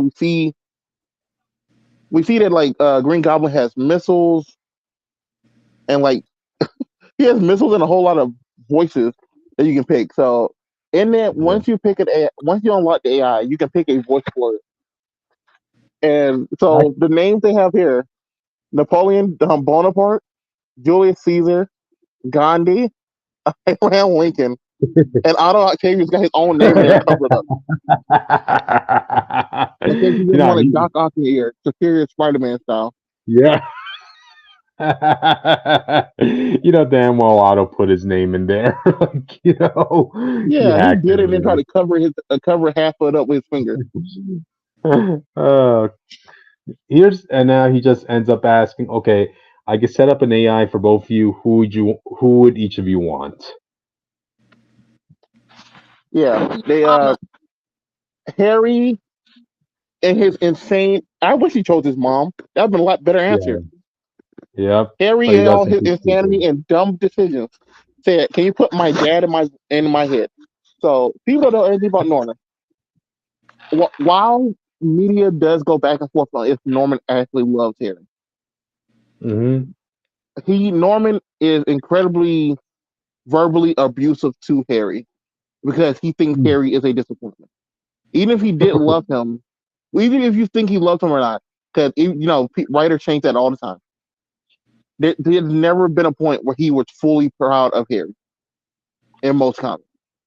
Even Hmm. in the movies, if you watch Spider-Man, like the original three, he he always talks down to Harry because Harry does not. He Doc Ock, no matter. I mean, yeah, Green Goblin. No matter what happens, his favorite son would always be Peter Parker. No matter what happens, it doesn't matter. Yeah. But so he wants this verbally abusive voice in his head, and I was looking at him like, bro. So that's how you're going to go evil. So instead of a goblin personality, I don't know. I'll save that for once we get to Spider-Man suit. Yeah. But I want Oh, you. You want to do the Mary Jane and but but before J. Joe but Jameson before stuff? yeah, but before we do that, who does Peter decide to have as his AI, Austin? I was going to say that for later, but he chooses his own voice. He likes talking to himself, apparently, audience. So it'll be like Okay. the comics where you see the little speech bubble of him Yeah. talking. Oh, It'll just be the AI this time. oh, damn it! I didn't think of it that way, but no, actually, That's a clever way to go about it. You know. Question, you two: who would you want to be your AI? Not you. Okay, so who would it be? Which? I don't fucking know. Come on, there has to be somebody. No one's popping up at the moment. Okay, It gotta doesn't keep. have it doesn't have to be a Marvel character or anything. It could be a historical figure or whatever. You know. No offense. I do not want a historic figure in Yeah, my brain. okay. Or current day figure. I don't know. I I mean, have to think I about mean, that. for me, I mean, come on, hands down, Captain America. I mean, come on, he's not going to inspire you with pep talks during the heat of battle. You know? I want Witch. Ah, I don't know. From my point of I view, mean, I think it'll be interesting to just go about my full regular day and just see what Witch thinks about it. I'd like to see what Witch thinks about my regular going through the day. I just think it'll be mhm. funny for a one time thing. Me in your brain. I like to think of it like if I'm just going through life and Morgan Freeman is narrating, right? But that's Witch. I want to see it like that. What do you think of my normal day? Seeing it full from the other point of view. I think that'll be funny. Good to know. Good to know. Good to know. Okay. But anyway, going back to the book, yeah, you see Gwen Stacy and Mary Jane, they pay a visit to the paper. Yeah, that's that new news place that Jameson and Uncle Ben are trying to start off, right? They don't find them up front. All they find is like a sticky note saying, sorry, had to run out. And you find Jameson and Ben. They're in a parking lot. They're about to meet with an informant who has information on, I guess, the Daily Bugle. Keep in mind, Daily Bugle right now is run by Fisk. And the informant turns out to be none other than Robbie Robertson. They're thankful for this. He's a one of a kind guy, this and that. And Robbie mentions, hey, I'll be sticking around the Daily Bugle because hey, I could do a lot more good in this if I'm inside. Yeah. I saw Robbie and I was very like caught off guard by his look. Cause you know who he looked like? Who? OJ Simpson. Oh, Does he not? I, dude, I can't unsee that now, man. That's what I'm saying. He looks so much like OJ that it caught me off guard. And I was like, what the fuck are they thinking? It's just the gray hair, dude. Thanks. Now I can't unsee that, Austin. Thanks for Thanks for contributing that ruining to it me. for him, man. You're wrong for me. Congratulations. We're in this together. We're all in this together, besties. Yeah, just like these three are saying, we're all in this together. you know. But yeah, aside from that, we go to see what Kingpin is doing. Kingpin is in a meeting with. This is supposed to be Captain Britain, right, Austin? Yeah, this Captain Britain. You Okay, tell just by wanted the to. missing eye. Gotcha. So he's having his meeting with Captain Britain, and you see that Captain Britain has like a portrait of the Maker in his living quarters. So It's such an ugly picture. no, basically the Maker is his god, so I don't think any side of the Maker will be ugly, Austin. So Maker is fucking ugly. it looks like he's wearing the wrong suit. Like I don't know how does the suit look like that. Yeah. Okay, it does kind of look like he's wearing a bra. I'll give you that, Austin. Yeah, So these Britain is like, all hail the great Maker, he who remade the world, the towering man of vision. Okay. We get how much you worship this guy, Captain We get it, Britain. you're a simp. But anyway, so he comes and actually offers Fisk some assets in the form of a collection of bullseyes. I assume these are robots or I whatever. hope so. Yeah. They He all look. actively say his agents though, so I think they're Oh, people. okay, just double checking. They're all basically wearing the typical bullseye attire. But Fisk is like saying, no thanks, but no thanks. Look, you see, what I have in store, it doesn't need all this. It just needs 6 people. God Yeah, damn it. wink. Either yeah, I have a plan. I have 6 of them. I have Yeah. 6 plans. There you go. And that pretty much ends Fisk's and all the side characters' plots. So, Austin, you want to continue on from the rest? Yes, because I was waiting for this scene. So we cut Hmm. back to Green Goblin and Peter fighting, and in Harry's head, he just heard his dad talk shit to him. And it's like, bro, what the fuck? Like, bro, why His didn't you put dad the talking dog in your mouth? about Like a lot of people. Hmm. which his dad is like, a fight isn't won after one good punch. Yeah. Harry, you're soft. Harry, you're fucking up. Harry, Yeah. I'm beginning to think I know why you're soft. I think I always wondered how weak you were. You're not Oh. avenging me, son. You're embarrassing me. What the hell is wrong with you? And then he hits So Spider-Man with a everyone, fucking unibeam. audience, write a note. Do not let Austin be Harry Osborn's father. Got it. I'll be way worse. I think Harry's ass. Well, you're also a brick wall, so we gotta like keep that in mind. You know how horrible that'd be, a floating ghost brick wall in your head? No, that'll be terrifying. Gotcha. But this ended up Like, helping Henry as he's able to unleash his first unibeam from his chest. yeah, and his dad gets silent and says acceptable. Not even good job. Not even you did well. Acceptable. That's equivalent saying, Oh, okay, you did okay. Goodbye. yeah. Oh man. Of all the people you could have chosen, Harry, man, seriously, You could have chose The the parent reason like you. the reason this was important is because the more we look into this AI and you think about how Peter's suits work, how his suit just morphs and changes and all this other stuff, we as the fans and myself believe this is going to lead to this version of the symbiote and Venom. And it's going to be AI based with this new morphing unique Iron Man suit that basically yeah, acts like a symbiote anyway. yeah. Otto does take a little sample of Spider-Man's suit and puts it in a test tube. Remember, they're like the little nanobots, audience. Yeah. Just saying. The reason this would be a big deal, okay, it'll probably be the first. It won't be the first time symbiote has been combined with tech and Iron Man. Iron Man done that in Mhm. King in Black, and he did that in another story. Yep. I mean, I he's believe losing also he did it in currently. Superior Iron Man, like his suit and that was symbiote based as well. Yep, yep. And it's not out of the realm of possibilities to have like the Ultimate Universe say that the symbiote is a man-made creation. So yeah.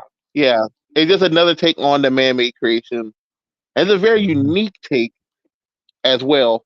But it's one of those situations where it's like, oh, Iron Man technically made another Spider-Man villain, but when the MCU do it, people are mad. But when this comic does it, it's the greatest thing of all time.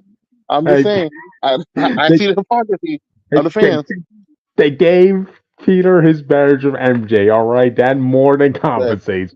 Justin, like, yeah, so if you look at the writing on the wall, it sets up for Peter going through a unique symbiote arc, but also Harry going insane and becoming the Green Goblin, like officially. Mhm.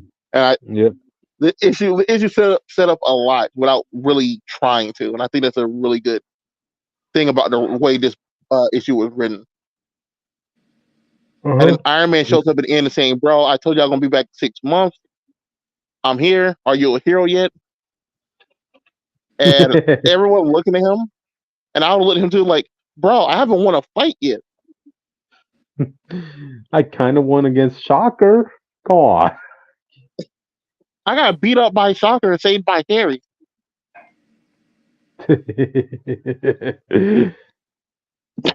In We six just got months. jumped. We jumped Kingpin and lost." A normal man. Oh, I'm sorry. Yes, tattoos. I Well, no, forgot. yeah, he. I think he has like the. I don't know what tattoos he has, but it reminds me of like Wakandan vibranium Yeah. tattoos they had when they inscribed in their body. But it Yep. doesn't Yep. make Yep. sense for here, because that's gonna be Hmm. incredibly hard to do. Who knows what he Yeah. has? But That's. it's a unique enough that it made this Kingpin a little bit more interesting than a regular one. Because we're not just going with the, oh yeah, he's just 300 pounds of muscle. This dude's fat. This one at least has a reason to be strong. That's true. That's true. But yeah, issue ends and all that stuff. I, for one, am happy to just see Otto. All right. I'll admit that. Oh yeah. I saw a lot of other people also saying, oh, since the AI sounds like Peter, if Venom, if it does turn into Venom, and it gets on somebody else, can it technically turn someone into Ben, as in the clone of Peter Parker? It has his personality and his brainwave. Oh. If it imprints on a person, that person would basically be a clone of Peter Parker. Oh. Oh. I wasn't So that thinking means that not only do we far get ahead. the Venom symbiote, we also get a clone saga if they want to go that route. Wow. Oh, I wasn't thinking that far ahead, but if they want to walk that path, okay, I can see how that Yeah, works. like put a person in a coma and get the symbiote on him. That guy is Peter Parker now, basically. Mm-hmm. Good for them. Good for them. But yeah. Anything else you want to point out, Austin? Fuck Captain Britain, bro. This guy is terrible. I still mad that he shit and all like he fucked up all the historic stuff from Great Britain. He fucked up everything in the Ultimate issue. He said he forced himself on the lady in the lake.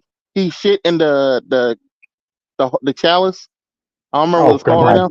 The Holy the Holy Grail. Grail. Remember he broke the Excalibur. Like he did all this fucked up shit. And the King Oh Arthur's wow, legend. King Arthur is a goat. wow. Tell us how you I'm really never feel gonna about forget the that. I feel like Witch on Witch yeah. says they hate a person. I genuinely hate this guy.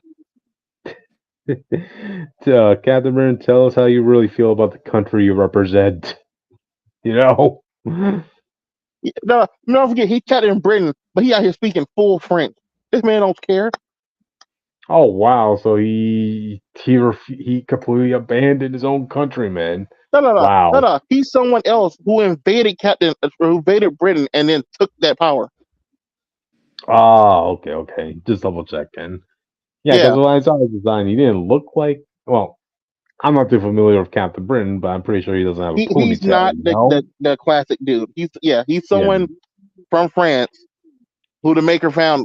I believe if I remember correctly, I think he's connected to the Black Knight. I can't remember correctly, Uh-huh. but he was French, and he went and invaded Britain, and when he and did all this fucked up stuff to their to them. Yep. So, That was it, man. alright, is what it is. But anyway, I guess with that, we can move on to the next topic. Hold on a sec. Where is it? Austin, you want to do this one too? Hold on a sec. There you go. Uh, let me let me find my list again. Hmm It's General. I have it in the So, thumbnail oh, anyway. I'm just blind, I guess. Hmm Supermassive. 2024, the third one. Yep. I Another couldn't believe cross. Yeah, another crossover audience. another crossover, and we're somehow not done with any major event. Like I don't understand. And we still haven't seen one crossover with no one audience. We're not even out of the Cowless War. Yep. It's been going on for a good couple of years at this. Well, man, it's been over a year at this point since this event has started. But anyway, start us off, Austin. You start us off. It's taking time to load on my phone. Okay, gotcha. Well, you basically see Radiant Pink recruiting Shift, right? He's somewhere in the jungles, about to get trampled by an elephant, or well, he's drinking some water. So Shift recruits him. She brings him back to damn, I forgot his name. That radiant yellow guy, and he basically gives him the Yeah. 411. Yep, yep. So they basically have radiant pink, radiant red have to go to that other timeline dimension. Where the Oh. corrupt Oh yeah. Nathan. Radiant Yep, Yellow is Wendell. Wendell. Yeah, that's him. So yeah, they have to go there. Oh, actually, they also end up recruiting what's her name? Dead Lucky. Yeah, yeah. So it's not like she's That doing train anything wreck. with her book. Dear Yeah, God. yeah. Sorry, audience. Just out of all these Massiverse books, there had to be one that was in the bottom of the list, and it just so happened to be Dead Lucky. Wendell also goes out his way to tell them Marshall Ward is not to be trusted. Mm-hmm. And if you see Nathan by any chance in this other world, run away. Nathan, that's the one that was Yeah. corrupted, right, Austin? No. Marshall was one who went Mar- crazy. oh yeah, Marshall. Sorry, forgot. I got Marshall those won confused. the Callous War, but he Hmm lost himself in the process.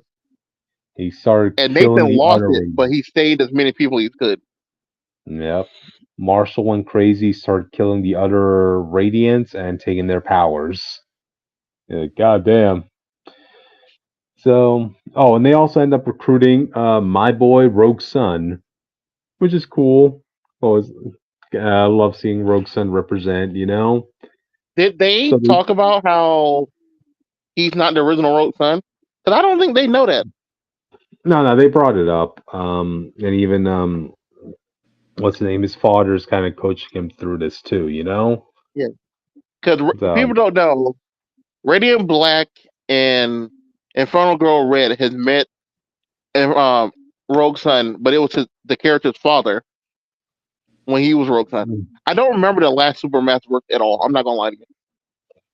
funny enough, Austin, when Rogue Sun did cross over in the last Supermassive, it wasn't even Dylan. Oh It was yeah, literally oh yeah, the it was the medieval dude. that medieval dude who took control of Dylan's body. So this is Dylan's first crossover. This is the third time Rogue Sun had a crossover, but this is the first time Dylan is in his body. So yeah, yeah. Food for thought, audience. But anyway, they cross over to the other place. You want to take over from here, Austin?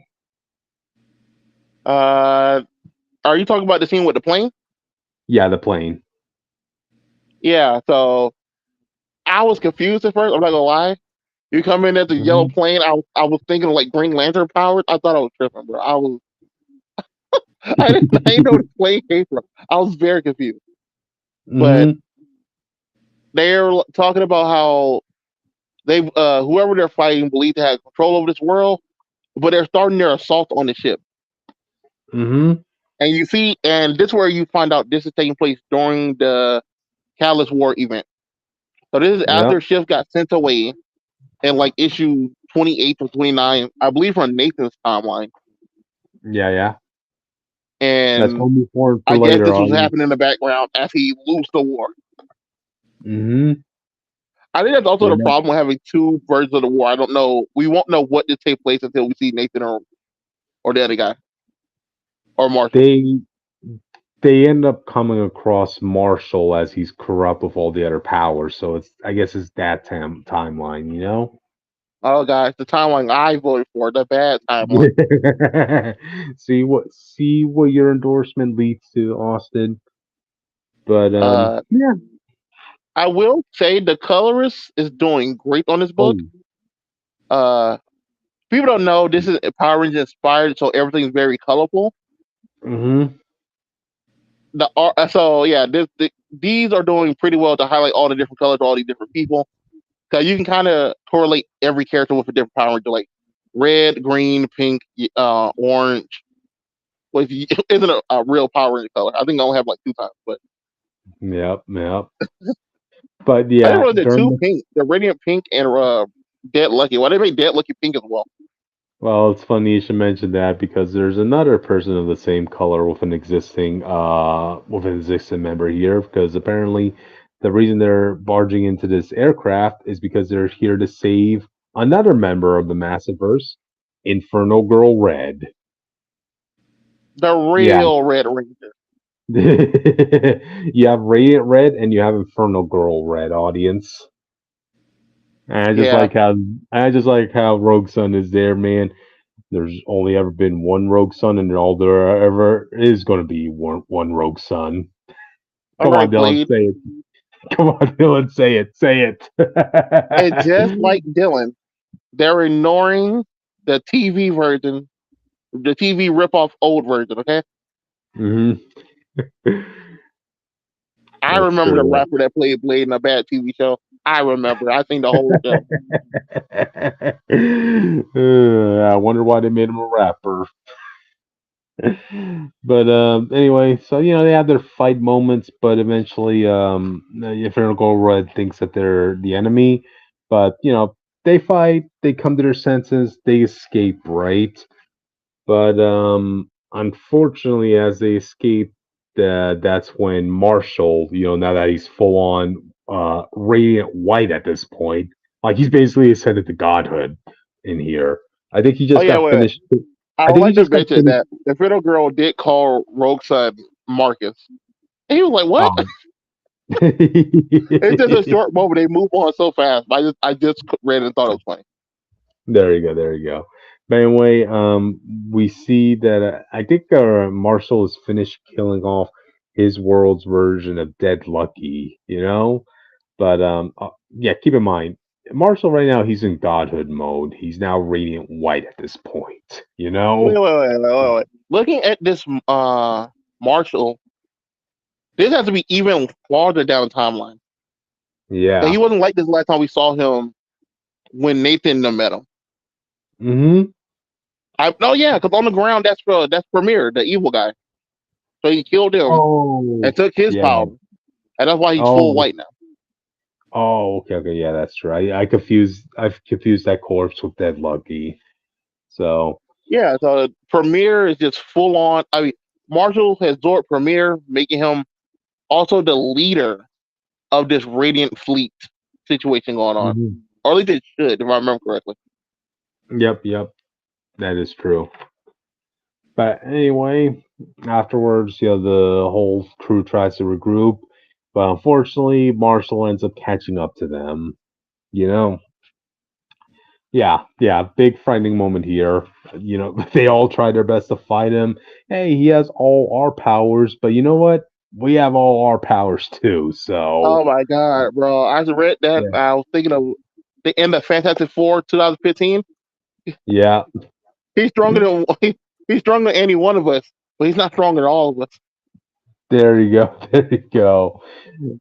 That's a good way of putting it. I mean, hey, they have like this really good opening double page shot of all of them just basically morph into action mode, you know? Bam. So cool, so cool. I mean, they all try their best to fight him, this and that. You know, they do manage to strike a couple blows, but Marshall just proves too much for them, you know? He Uh, actually has a, he also he says act, his plan. oh, go ahead. Marshall's plan is he talked to Inferno Girl, who, as we said, they teamed up during the first Supermassive, I believe. I don't think they teamed up in the second one. I think that was Oh, Nathan in the second mm-hmm. one. But Gotcha. so these two know each other. They became friends. And he's telling her, "I messed up real bad. I really messed up everything. But if I get all the radiant powers, I can step out between universes, and I can possibly reach out and break into the other timeline. And if I get into the other timeline, I can fix everything." And she's Mm-hmm. trying to tell him, "You can't fix." It's kind of like the speech they always give Barry Allen, like, "You can't change the past. It's already here. It's already happened. Stop going back in time. Please, God, stop fucking up everything. Just Yep. stop." And It's he's funny like, you "No, mention. I can do it." If you've seen the Flash movie, it's basically that scene between the Flash Yeah. and the Flash. He's just killing people nonstop. Like, I'm gonna fix it. Oh, the But house is built. Hmm. Go ahead. but I say one more thing that happens. Radiant Red ironically says this. So people know Marshall killed her in his timeline. She's like, "I can feel my power in you. You killed me, didn't you?" And he's like, "I did. I don't really want to do it again. Please let me do it again." And Hmm. she decides to egg him on and say, "I killed a Radiant Black before." So before, when Nathan, the original Radiant Black was Nathan, he had his powers, and this woman basically almost murdered him. Well, she did kill him, and Marshall saved him. That let them Hmm. saving power, sharing powers for a while.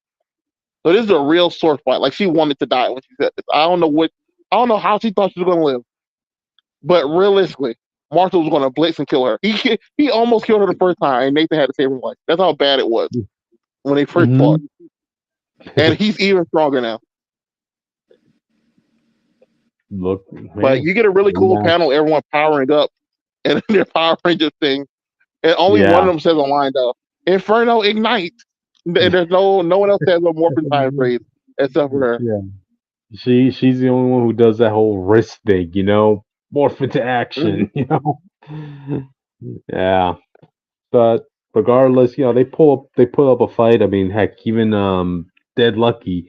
Keep in mind, her power part of her power is actually controlling like a mech as well. You know, so she ends up controlling one of the mechs around the area to join in the battle. And yeah, they do end up striking some good blows to Marshall now. Marshall now, and unfortunately, God damn it. You know how like in every Power Rangers audience you have like that new Ranger, that sixth Ranger, the one that was started by that was the one that was started by Tommy, the Green Ranger. Yeah. Yeah. We Yep. have that yeah, this world's equivalent is Shift, and he pretty much is the opposite of what you expect of a Green Ranger, of the sixth member. You know, who's supposed to be cool, who's supposed to be overpowered, this and that. This version, he gets killed. Uh, Yeah, frankly, which like every time he has a crossover fight with one of the other Radiants, he loses most of the time. Like, mm, dude. seems like a skill issue to me. Oh, Not. Yeah, oh yeah. yeah. But before we get back into that, I didn't realize this. I just read the dialogue over. Naruto Okay. tells Inferno Red, when I first met you in Supermassive #1, when I met you and Marcus, I saw a vision of this. So there was a scene where he sees something in in the truth and eternity with their inner world. And it was this scene. It was like this, him evil and stuff. And we didn't know what it Oh, was back when we first saw Supermassive 1. yeah. I mean, I But have to now we're look back seeing at everything. It makes perfect. He saw an evil version of himself. So it. I don't know. I looking back on it, I don't know how we didn't catch that, but that's crazy. I have to go back in those issues to see that now. But yeah. So Marshall strikes a blow like that causes a hole that obliterates a hole in Shift's stomach. Yeah, he's dead. But wouldn't you know it? Because this is like an alternate timeline, they figured, you know what this alternate timeline might have? It might have Shift himself here too. So they go at this point in time, he's still in jail. So they break him out and just basically give him the Shift suit. Wow. That's it. That's kind of funny though. I kind of respect it. I think it's funny. Yeah, dude. Look, bro, your timeline's dying, but you can come with us. You know, hey, I got you a suit here. We got better Yeah, food. yeah. I mean, our timeline is literally the exact same one as yours, dude. Like, Oh yeah, there's also a pedal here when they say hero time for Ben 10. I was losing my shit. dang it, Jake! Of all the days for you not to be here, man. Why would Jake be here? Why would he ever be? Jake is a huge Ben 10 fan. Yeah, yeah. Whether he's dead or not, he should have came out the grave to be here for this discussion. For real, it's That's not like he's doing much, anyways. yep. That's funny. So anyway, yeah, that's pretty much how the issue ends. Like it's hero time as the rest of the Massiverse gets ready for an incoming attack from who are they again, Austin? It's premiere and I think it was called him the Legion, The Legion. Oh, let's just go with that. but The it's been Legion. a minute. He only said their army's name like in the first time he showed up. Yep, yep. Oh, let's just go with that.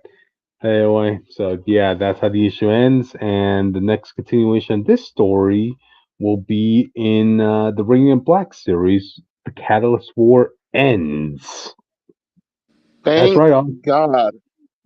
That If people don't know, this comic book got delayed. Well, not this, but Radiant Black Catalyst War got delayed for so long hmm that we had to reread the whole thing just to make sure we knew where we were.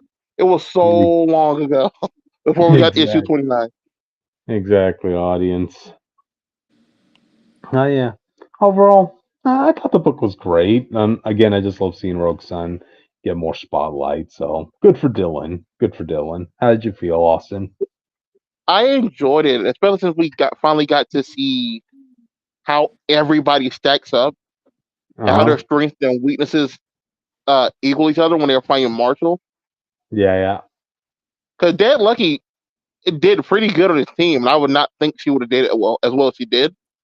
I know, We knew right? Rogue Sun, at least the power set was built for this, but not Dead hmm Lucky. I mean, the only other thing that Marshall didn't have was a power shift. So you thought like, okay, he was the wild card in this, but apparently not. No, he was the red shirt. That was my problem. I'm fine with him dying, but for people who don't know, Shiv's power is that the more he's around Radiance, the more he absorbs their power. Yep. Marshall His having suit. multiple Radiance, plus all the Radiance around him, he really should have been overpowered. Yeah. Keep in mind, audience, shift suit. Like, yeah, he's the green guy in the thumbnail right now. His suit was just made out of Uh, parts that uh, they were able to we have recover. Venting Voice came back. Ooh, what's up, venting? Uh, You missed the Ben 10 moment here. we're talking about Supermassive of the Radiant Black franchise, which was inspired by Power Rangers, not Power Rangers. If Mhm. you're asking about who our favorite Power Ranger is, uh, I don't want to say Tommy. Um, for me, it will have to be the Red Ranger from Lightspeed Rescue. What was his I was name? about to say Adam that Carter Grayson is the goat. Carter Grayson is Carter. the goat. Yeah, dude, he was a hero way before he was ever a ranger. He was a firefighter, Yeah, so good for him. But this is the only Power Ranger to go fight a Zord with no powers. This man ran up on a Zord and won. there you go, audience. There you go. But alrighty then. Any other thoughts before we move on, Austin? The next one better have no one. If no one's Good not in the next question. book, he really will be no one. I won't be reading his franchise anymore. If he's not in the next crossover, then that has to be the studio admitting that the character was a failure. No, I don't think he failed. I think his book's doing better than Dead Lucky at the very least. And she got here. It's just Ah. like I get that he doesn't have powers. And Uh-huh. well, to be fair, nothing about him even fits being a superhero. I guess there's not a lot you could do with him. Yeah. He's not like Even Batman where he's solving crimes and stuff. He's accusing his people of doing bad things, exposing them, and then his they're getting killed. Like his I feel his, like most his of the heroes big will probably hate this guy. his biggest power is doxing someone. Yeah, so I guess he really couldn't be here. But it feels Hmm. weird to keep doing crossovers and not have everybody. If Dead Yeah. Lucky can be here, with her PTSD and army background and stuff, everyone else can be here. Yep. Again, this whole mystery thing is just holding no one back. Like.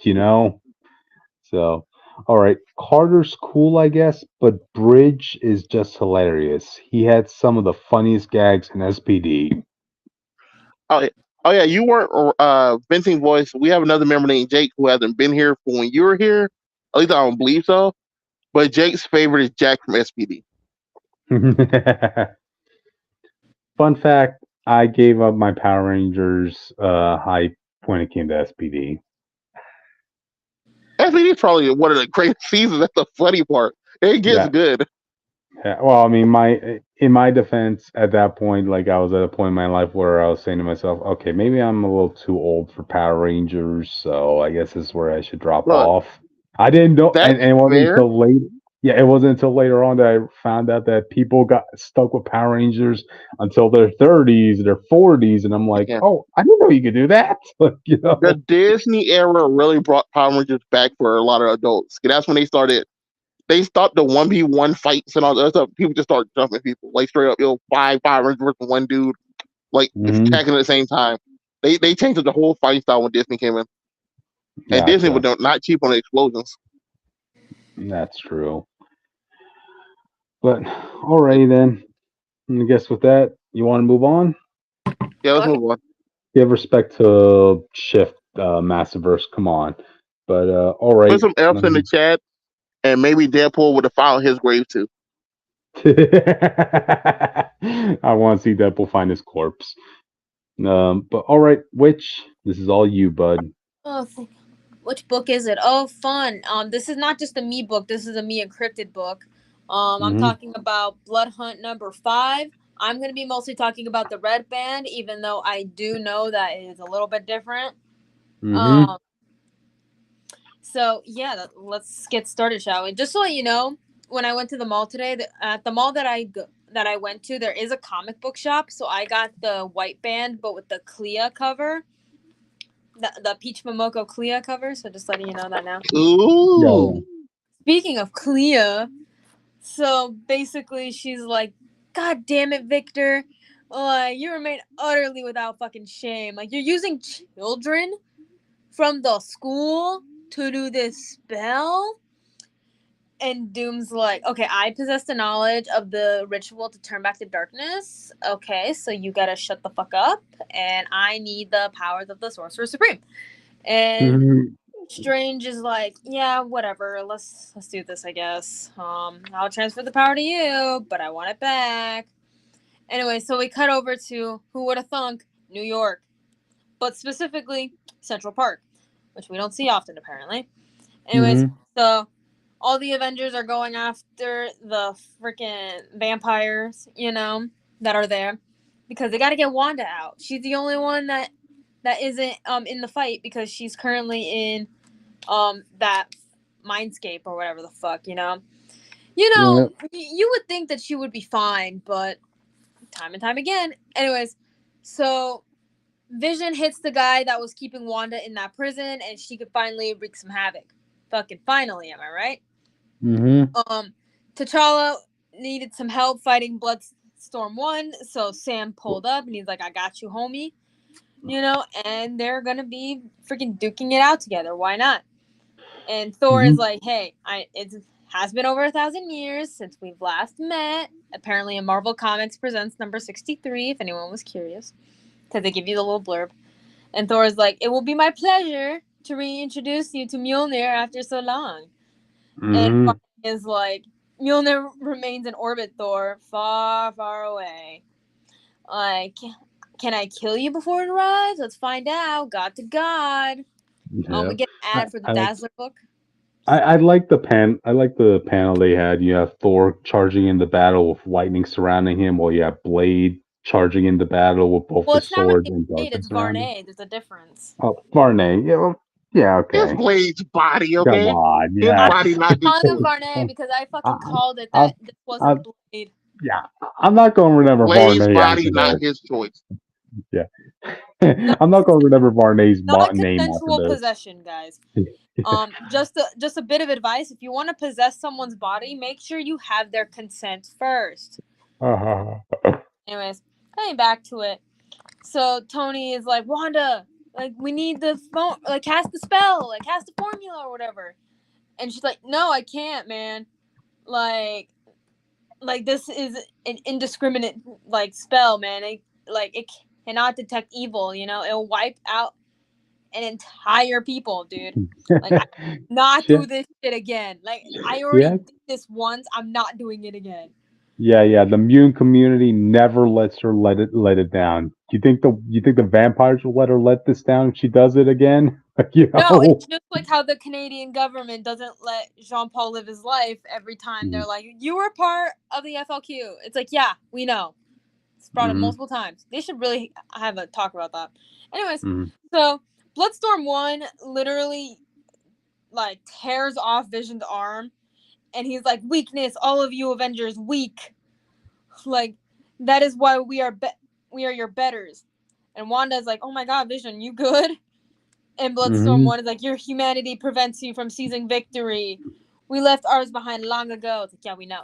Anyways, so we cut over to Doom and Strange because I'm not calling him Strange. That's too easy. Mm-hmm. Anyways, so Doom is like, okay, the Avengers have engaged Varney and his creatures. Khonshu's dispatching his acolytes around the world. Like, it will not be enough. We need to do this thing. And Strange is like, okay, you say that your aims are noble, so you better fucking prove it. Like, once you finish this damn spell, I want my fucking, like, I want your oath, I want your word. Once the world is saved, you will return to me what is mine. And Doom, being Doom, he's like, you have my word, the word of Doom. And he's like, Mm-hmm. very well. And Cleo's like, are you fucking kidding me? Fucking no.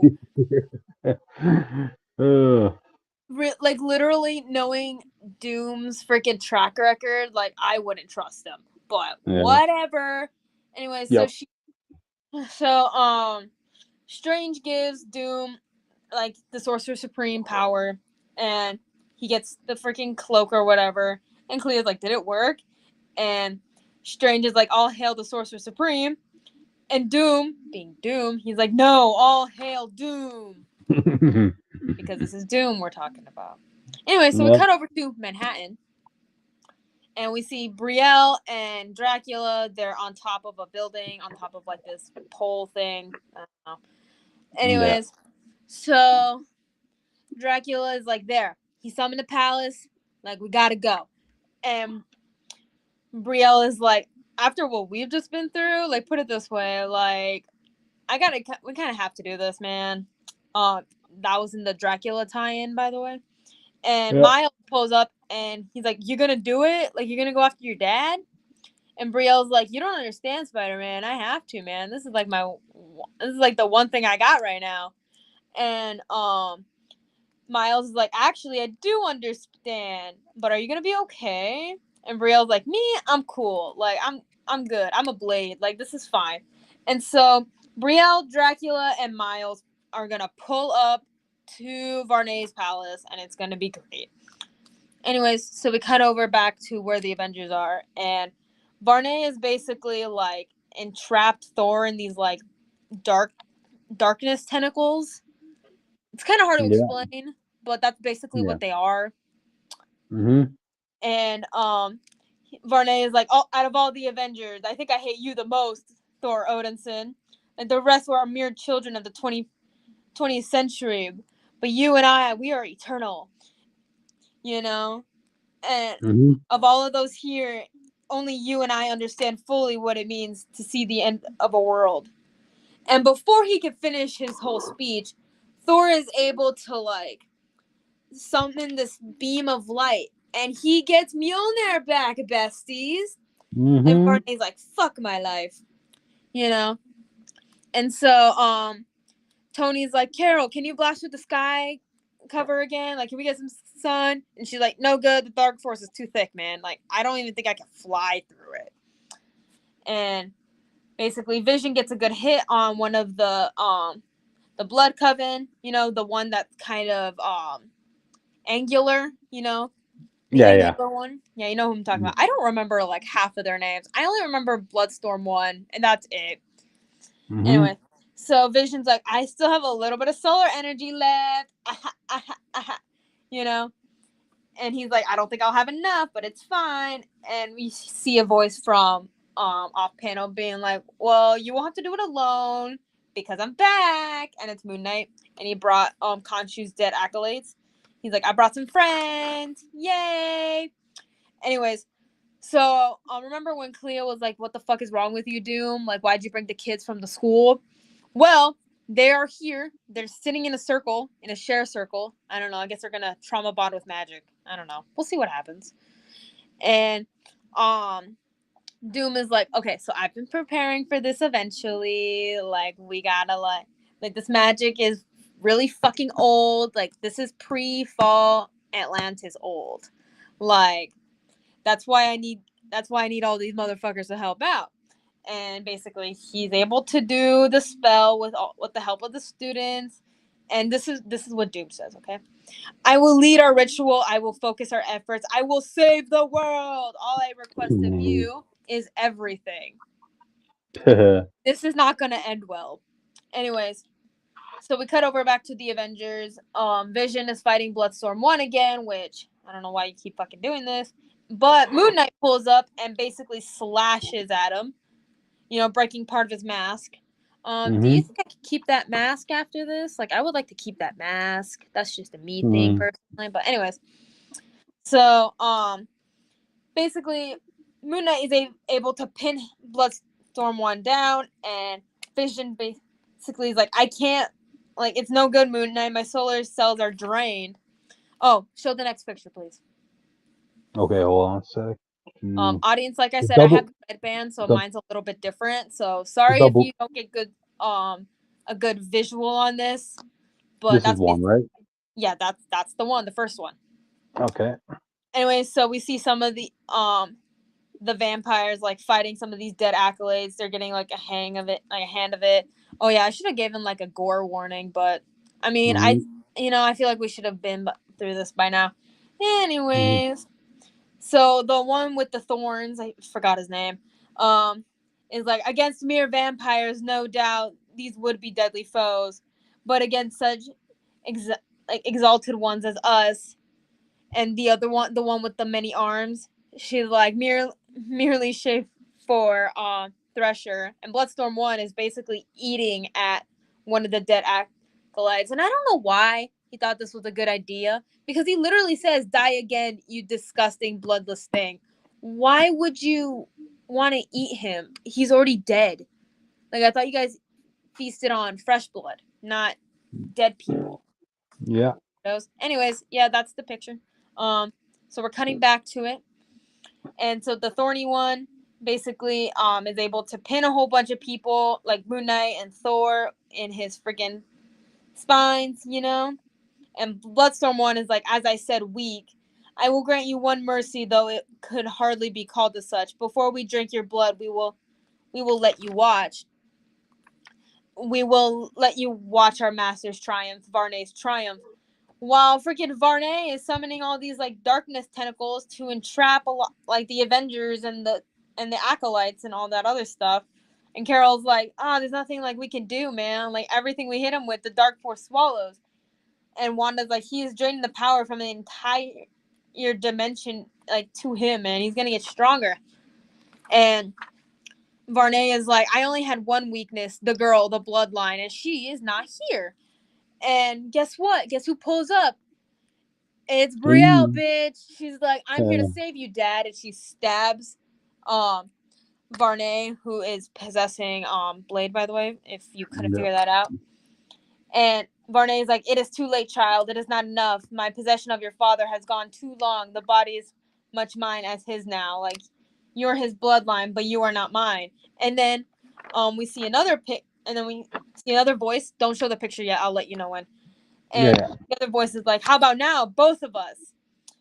Um, and basically he helps stab the sword through Blade's body, and he's like, you turned me into a vampire, you did this to me. So that means, can you cut to the next picture, please? Cool. That's Go it. ahead. And basically all this like black goop is basically getting thrown up by Varney, and I like this shot better. I don't know why this isn't in the white band. It's like so lame in the white band, by the way. And basically, Mhm. they shoot up with the help of Miles's lightning, and he says, "I'm your bloodline." And we cut to the next page, where Doom basically is like, there. Varney's concentration is broken. His control has been shaken. Now we can strike. And basically summons like this bit of rainbow light throughout the world to fix all the dark force energy that's been out and about. And yeah, basically Varney is taking out of Blade's body, and Wanda seals him. And Brielle runs to her dad because like that's her dad. You know, that's her daddy. And she apologizes, and he's like, no, you did good, man. You did exactly what I fucking told you to do. And Carol, we cut over to Carol, where she's like, Wanda, lock him down. Thor, Sam, you go after Vision and Moon Knight. Tony, T'Challa, make sure Blade doesn't fucking die. You know, he lost a lot of blood. Like he got some brain damage up in there. And Tony's like, okay, I got half a crash card in this suit, so I think we'll be fine. You know, going to be a nasty scar though. And Blade's like, what's one more? You know. Anyways, Yep. so we cut over to the Avengers, like fully, like they're fine, whatever. And Sam is like, Captain America to the Avengers, Moon Knight and the Vision are okay. The Blood Coven took off screaming as soon as Blade, I'm sorry, Varney, went down. Wanda's like, this is Scarlet Witch, Varney's under control, the Blade has been stabilized, like he's fine, don't worry about this. And Carol's like, Captain Marvel to the Avengers. I don't know if it's what we did or what Strange was up to, but the Dark Force is receding, besties. Like, we won, all of us. Like, they could have fixed this way before, like, any of this happened, Yeah. but whatever, we don't have to get into that today. But, like, are all the people that were used to, like, create this conduit of Dark Force energy around the entire globe, like, are they okay? Like, No, are they good?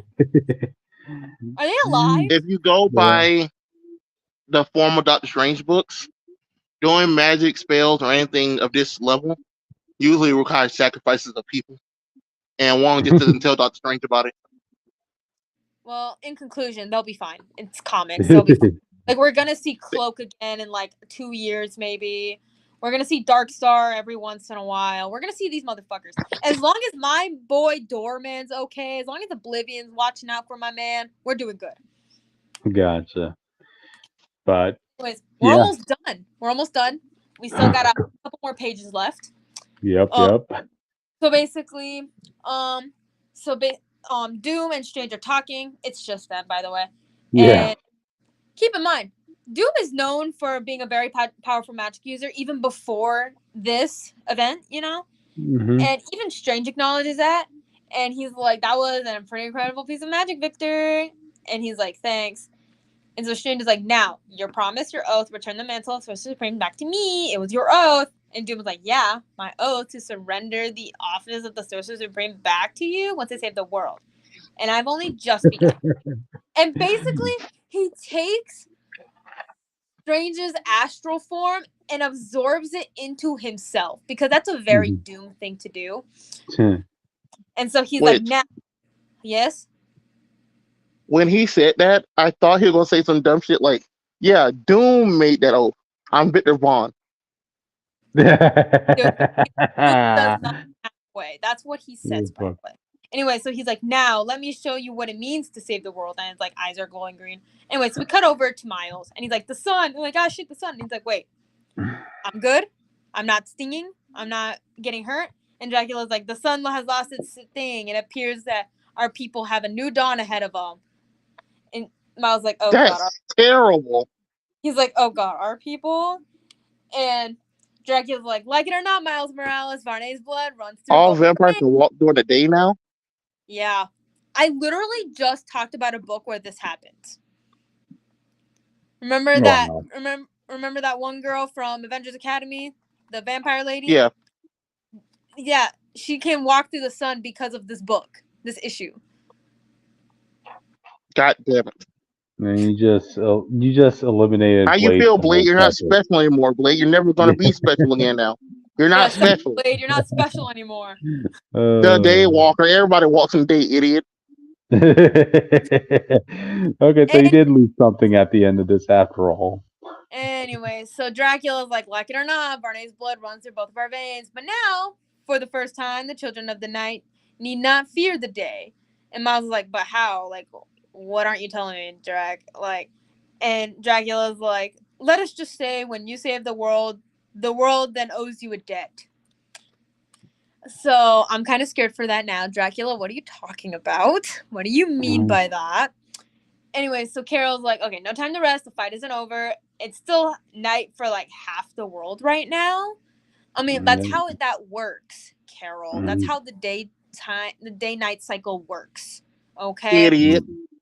Like open up a science book, bitch. Open up Google. Anyways, so Sam's like, okay, we need to move. And Tony's like, wait.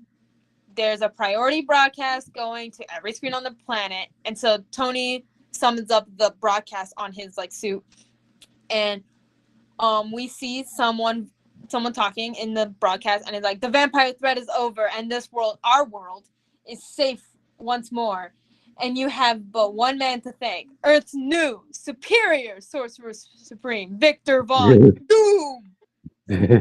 Oh my god, he's gonna mind switch him like he did Tony in that What If. Shut the fuck up. Anyways, that's where the issue ends. So now we have a freaking another event coming up in like November, I think. I don't remember. But that's how Blood Hunt ends. Unless you want to. We have like 3 events going on, which we're about to have the Venom War, then a World Under Doom, and then they tease another one after Doom. Yeah, technically there are a couple more books after this specific issue came out. So it was Fantastic Four 22, Midnight Suns Blood Hunt 3, Academy 3, Vengeance of the Moon Knight 7, and it ends with Wolverine Blood Hunt number 4, because of course it has to end with fucking Wolverine. We'll talk about the Fantastic Four when Jake is here. That's his Moby Dick after all. So yeah. Anyways, that's the end of the main book, Blood Hunt. You could definitely tell this was an editorial mandate to kind of up Doom's profile for obvious reasons, you know. So it's like fucking. There you go. Well, no. To be fair, he's been trying to do this for a few years now. So when Doctor Strange died in Death of Doctor Strange, he tried to become Sorcerer Supreme, and Clea stopped him. Okay.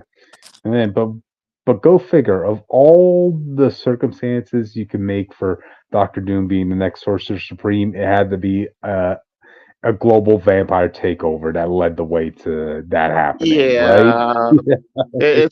it's kind of pathetic, though. I'm not gonna hold you. Before Moon Girl happened, you're the second best magic user and the second smartest man. All right. Well, second smartest person. Telling me that a little girl beat out Victor Von Doom and smarts. I love that. Well, it's her and Valeria. Because Valeria said to be smarter than Reed. Stan Lunella Lafayette. And Lunella, I say this because I care. Do not work with Doom at any point in your entire life. It's not going to end well. Talk to Strange right now. Oh, wait, you can't. Talk to Clea. Talk to Clea. Don't talk to Wanda, because that shit's happened too with Wanda. That's happened with multiple fucking people. She can work with Doom because she's Valeria's friend, and he won't do hurt her and hurt Blair. Okay. Okay. She's Regardless, in the unique position to not be hurt by Doom. I still would not trust to work with Doom. There you go. But Even though anyway, even though under his oath he is required to save the world, which I he mean, has to No, be held up to that no. standard. No, that This means goes back to his that means Black Panther issue, Doom. where This means in every event you better be saving it, as long as you no, have no, the no, Iron that's article. not. That no, Yeah. no. What it means is he's saving the world by what he believes saving the world is. I don't know if you remember, but in the Black Panther Doom War, the Panther guy told you that the only way the Earth knows true peace is when Doom fully takes over. Oh wow. And Oh wow. so I think that's the route they're trying to go, and I believe that's what he's still trying to do. It's saving the world by his own measures, what he believes safe is. And if that means keeping everyone in the dark as slaves and stuff, but no one's killing each other, that'll be a saved world to him. You know what I mean? Wow. So, Wow. There you so go. so we'll see what saving means to Doom during his event. in Yeah. conclusion, I will talk about sexy vampires next week. I mean, where sexy vampires and sexy werewolves. Next week. Yeah, There you go. Castlevania. No. Well, yeah, If there's if there's no sexy vampires for Castlevania, sexy werewolves, and Christopher Chaos. gotcha. Well, there's also one other interesting thing that came out of this was, now that the status quo for vampires is being able to walk in the sunlight. I Yeah, mean, Also, Miles I getting don't, another power up. know, like, come on. And don't forget, this franchise right here established that if a vampire drinks the blood of a mutant, they take their power. That means Miles can get the powers of any mutant if he really wants to. Oh God. that's scary. I didn't think of it like that, but wow, wow. Is anybody happy? And Doom's gonna be happy though. Doom's gonna be I'm, happy. I'm looking at Red Wing in the corner right there. Now you ain't so special now, Red Wing. God damn it. Yeah. Neither is Blade. To be to be fair, you like I already felt weird that Miles like the main one of the main characters for this event with Mm-hmm. vampires and Blade, because he has no real connection to Blade, and a Mm-hmm. lot of these other. And I it can felt weird, I like give my Blade was theory just for the. why. Yeah, Can I go give ahead. my theory on why? I think it's because they're both black. They're like, we gotta stick together. They know Well, which you're joking. They do this all the time. Like they randomly made Misty Knight the mentor of Miles when they had never talked before. And yeah. I always meme this Black Panther issue. There's a Black Panther issue by somebody, Coates, I believe, Yeah. in like 2018, where he does what we call the Wakandan cookout scene, Oh where yeah, Black that's Panther needs help. Black Panther needs help, so he only calls his black friends. And Miles there when they don't even talk. like some of these Yeah, it's motherfuckers are like, like, why am I okay. here? Like I don't. Yeah. I mean, like if the king of Wakanda's telling me to go, I feel like I have to go. That Yeah. was their guys' the logic of why they went. That's my theory on that.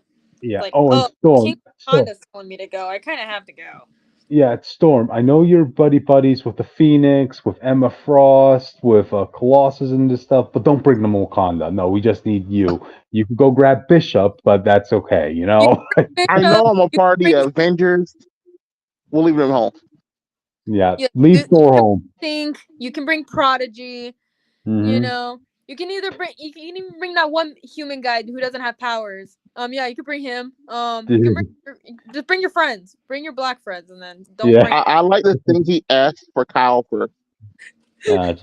You guys remember at the end of Bendis' Iron Man run, he randomly had Blade show up to be the mentor to Ironheart. Yeah. At one point, Blade was just a delivery man. In like 4 books, he just showed up and brought them an item and left. I was like, what are you Oh doing my with your god! life? I need a moment. That was really funny, Austin. What you said earlier. He Mhm. Thank specifically you. called for Kyle to show up. I think that's like the first pick out the gate. He was the Mhm. We'll first call for person. reinforcements. Get Kyle. They're like, who? I bet he got that email and he was so fucking confused. He was like, "Is this supposed to be for me or is this supposed to be for my husband? Wait a minute." Bruh, you're joking. I think he pulled. I think he had the door Melania pull up personally and escort Kyle. I believe that would happen. Oh my god, that would fucking happen though. Everyone else get their own ride, but Kyle had to be picked up. All right. Yeah, I mean, he doesn't have powers and he's not a fucking superhero, so he's just chilling. Exactly. He was just chilling, being his husband's PR agent and hanging out with his sister doing yoga. And I don't know. He doesn't really do much. And, sometimes that's okay. But sometimes you want him to... He's here for emotional support. He is the emotional support, yes. Sometimes you need your emotional support. And sometimes you want to write a fan fiction with him basically just calling out his future boyfriend. So, calling out his Eldritch Abomination boyfriend. Yeah. Don't ask what I'm writing. Just acknowledge it and let's move on. Gotcha. But alrighty then. Wow, we got through all the books, guys. Dang, 2-hour mark. And we did it. We did it. So, yeah. Sorry, audience. You got to wait till next week for me to talk about sexy vampires and sexy werewolves. Gotcha. But you can also tune us later this week to possibly talk about dragons and princes, So maybe. And we'll also see. queens. There you go. So let's hope I can finish that thumbnail so that Cryptid doesn't have to make a whatever one, and I don't have to reuse art. Gotcha. Yeah. All right then. With that, audience, we'll see you all next time.